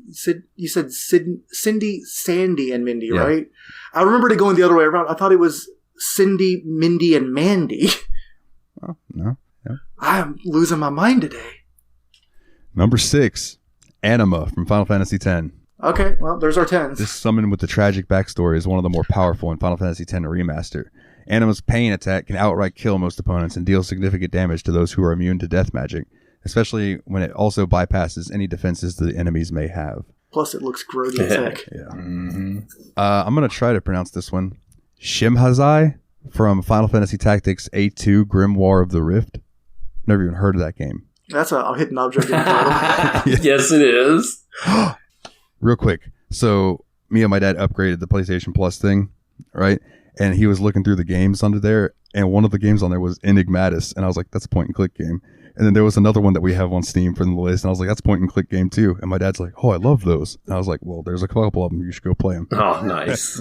Nice. Anyway, He should guest host on one of those episodes. oh my god, yeah, if I can wrangle him in, that'd be hilarious. Shimhazai, appearing as a special type of summon called a Scion. Shimhazai is a ferocious ally to have. She only has one attack called Soul Purge that comes with 100% accuracy.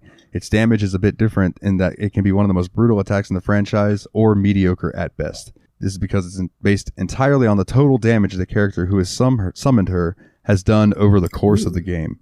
That's cool. That's a cool mechanic. Yeah, so I guess It's kind of like Jump from Super Mario RPG. Yeah.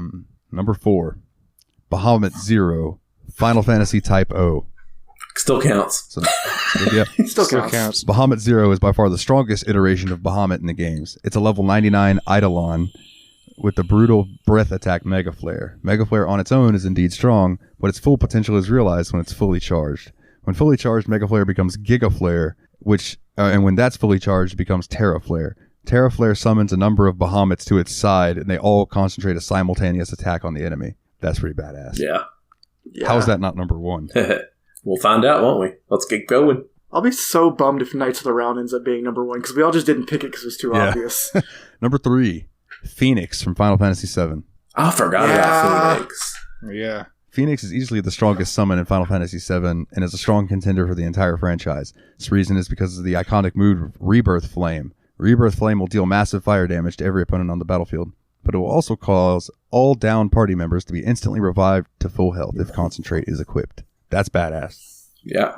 And the most important part is you can also junction it to there's a move called like Final Attack or something. So if a character goes down, they will automatically cast it up to 5 times depending on how many summons you have. So it's basically a get out of jail free card against the ultimate super bosses and stuff. Oh, that's what's up. I'm going to have to remember that. Number 2, Knights of the Round, Final Fantasy VII. Okay, where are we going? The most powerful summon in Final Fantasy VII are the Knights of the Round, who are absolute beasts in combat. During the ultimate end, each of the 13 knights will perform a separate attack that's a combination of various element magics and physical strikes. All attacks ignore magic defense. This attack is enough to kill everything except the weapons, the final boss, and chocobos, which can't be killed anyway. It's a one-hit wonder as the MP cost is absurd and the animation time is atrocious. That's what this says. So number 1. Now that I see it, I should have known this. But number 1, drum roll, is Yojimbo from Final Fantasy X. Yojimbo is so cool. The strongest summon in the franchise is Yojimbo from 10. This samurai mercenary waits in a cave for the player to come along with enough gil to hire them. His power comes from a player willing to spend hundreds of thousands of gil for his services as a complex formula. But with the right cash and a bit of luck, he can hit kill any foe in the game. This includes final bosses, secret bosses, and so on. The move is called Zenmato and requires a guide in and of itself to improve the odds of him actually using it, but meeting those requirements makes him the single strongest summon in the entire Final Fantasy series. Nice. I hate that I keep going on about the aesthetics of these characters, but it's a huge part of the summons that makes them so special is that they look cool. Oh, my phone's down to 10% battery, so my video is going to go out soon. Like, when you summon the Yojimbo, it makes all those noises that you associate with samurais and, like, samurai scenes in animes and stuff. It was like clicking bamboo, deer startling, you know, tick, tick, tick, tick. And, like, the little sounds like, yo! Yeah. And, like, dong! It all sounds yeah, so cool. The summons, like, and their animations are a huge part of it. It's why, like, Ifrit in 7 is lame as hell. But you go to Final Fantasy 8, and Ifrit is so badass, you know? Is it 8 where he bends in half when he flicks the thing so hard? That's what I always got a kick out of. Like, he takes the ground and he throws it up, and, like, his body, like, when he smashes it down, like, his body literally, like, almost... His hands touch his feet, basically. He bends far backwards. Yeah. It's a very JoJo's pose. Yeah, and you don't get him in 8 unless you have Odin for that one fight. What? Ifrit? Oh, Ifrit. Oh, Jesus Christ, sorry. You get Ifrit at the beginning of the game. No. That's the first thing that happens. No. Sorry. I was still thinking of Yojimbo, but even then it wasn't. It was Gilgamesh I was thinking you're of. thinking Gilgamesh. Yeah. Gilgamesh, but you have to have Odin in the one fight against. Yeah. No, Ifrit does that power volleyball hit. Boom. Yeah. Big double axe handle. Gosh, That was a cool list, Dalton. Glad you went through that. Yeah, thank you. that was fun. So Lots of nostalgia. then that just leaves the house cleaning. So before I forget, first and foremost, Paulsh, thank you for guesting, my brother. We appreciate it, man. It was good to have you. Who are you again? Yeah, exactly. So We're a Critical Role. Thank you for showing up and playing D&D with us. Thank you. if you would like to follow us on Facebook, you can find us on facebook.com/the Steam Machine Podcast, Twitter at Steam_podcast, because somebody had the Steam Machine Podcast somehow or something like that, or maybe I thought it was too long. I don't fucking remember. But if you'd like to come join our Discord, which is really where all the action happens, it is at bit.ly/TSMP Discord, all capital letters. If you'd like to support the show, which would mean a hell of a lot to me, is patreon.com/the Steam Machine Podcast. And it's $1 a month. You get all the episodes early, possibly ad-free coming up soon. And also if you donate $10 or more a month, you get your name read at the end of each and every episode, like these wonderful people: Nate Sir Cogsworth, the 7th of Juniper, Jeff the Original Expendable, Mr. Syllables, Old Jeffy Lube, so many nicknames, Jeff himself, Eraser Adam, shout out to his podcast Revival and Extinction, and a new one, shout out to James, the Steam Machine Hall Monitor Hall. Yo, welcome on into the fam, James. Thank you so much. Yeah, man, I appreciate you. Other than that, Thanks for showing love. Really awesome. if you would like a shirt, you can go to tsmpproductions.threadless.com, get you a sweet ass I almost said tell him Steve Dave. What the fuck is wrong with me? A sweet ass. We don't even know what podcast we are. The Steam Machine podcast shirt. You can also get some of my album covers from my music over there on the shirt as well. Which if you want to try some of my music out, if you like the intro music to the show, nilethenightmare.bandcamp.com. Please leave us a 5-star review wherever you get your podcasts. That helps us a lot in the algorithm and things like that. Also, I'm really bad at promoting the show. Nate does a wonderful job with the TikTok, and I'll let him plug that here in a minute. But if you would, word of mouth really helps. Like, if you have friends who are gamers, show them the show. Maybe they'll like it. Maybe they'll hate it, but at least get them to listen and see if they like it. Yeah. If they hate it, tell us, because I think that'll be fun. Just don't leave a review if they hate it, but if they love it, Yeah, for sure. We're at nine 5-star reviews on iTunes. Let's bump that up. Let's make that a nice even number. Get us to 10 and I'll give away 10 Steam keys on the Discord. Boom, there you go. Okay, nice. And if you want all of those links in a nice succinct place where you just have to click a button to follow them, you can go to bit.ly/the Steam Machine Podcast, capitalized phonetically, and bada boom, it'll all be there, including the things that Nate is going to plug right now. Yeah, so go ahead and like Dalton was saying, we do have a Steam Machine TikTok now. It's just the Steam Machine Podcast on TikTok. You can find our silly clips that I've been trying to record and put our beautiful, beautiful voices on top of. And then also you can follow me. I'm planning on streaming again soon. I'm feeling the itch to get back into it. So follow me on Twitch, Twitter, and TikTok at TurtleBearMan. Hell yeah. I looked on my Twitch the other day and saw how close I am to being able to cash out, so I might stream again soon too. Maybe the game after Final Fantasy. Maybe whatever you choose, I'll stream that or something. Willie, you got anything you'd like to plug, sir? Tomorrow I'm going to be seeing a practitioner for medication for mental health. So, I just want to tell everyone, take care of your mental health. I'm going to be getting on medicine for the first time in quite a while tomorrow. I'm looking forward to that. So, if y'all have any issues, if you need someone to talk to, there's a lot of resources in your area. If you don't have the financial access, there are, people sponsored in your area that may take Medicaid or whatever you've got, and it's worth looking into it if you think you can't afford it, because your health is important. We value each one of you listeners, and just take care of yourself, be kind to yourself, and do your best. Yeah, I know that Jeremy started taking some medication, and he said that it's done wonders for him. And if you listen to the last couple episodes of Yabs Pod, you can tell he's got a little more pep in his step. You know what I mean? So yeah, it's good, man. Everybody should take care of mental health problems for sure. Sorry to let's not bring it down. Don't apologize for that at all. Also, go play Galaga. It's 25 cents at most arcades and pizzerias. What about you, Paul? This is the time to plug something if you want to plug something, man. Like your wood burning business you have on Etsy. Yeah, for sure. Oh yeah, if you want, check out. I do pyrography or wood burning art, and I do a lot of video game related stuff. So if you want to check that out. It's on Etsy. Just look up PW Props Co. And that's also on Instagram. I try to post in there when I'm working on some stuff in between. So, yeah. Dude, if you have any ideas too, go for it. Dude's no slouch. Dude's stuff looks fantastic. I might commission him to get me something done at some point soon, because I love his work and I think he could handle what I'd throw at him. He's done some really cool shit with especially locos and iconography. Goodness. I can never say that right either, so it makes me feel better. All right, well, I could think of a couple things I would actually want from him if I had the spare cash. Oh man, anytime. Well, if everything goes as planned, then in 2 weeks we'll be back with Final Fantasy Part 2, and we will have another guest with us. So we will leave it to the mystery for now. But thank you all for listening to the Steam Machine Podcast. And if you're new here, because Final Fantasy VII brought you in, welcome, and we hope you stick around. Part 2 will be coming in 2 weeks. We love you all. You all rock. For the Destructo Bros, for Paul, for me, as always, guys. Did Sephiroth do this?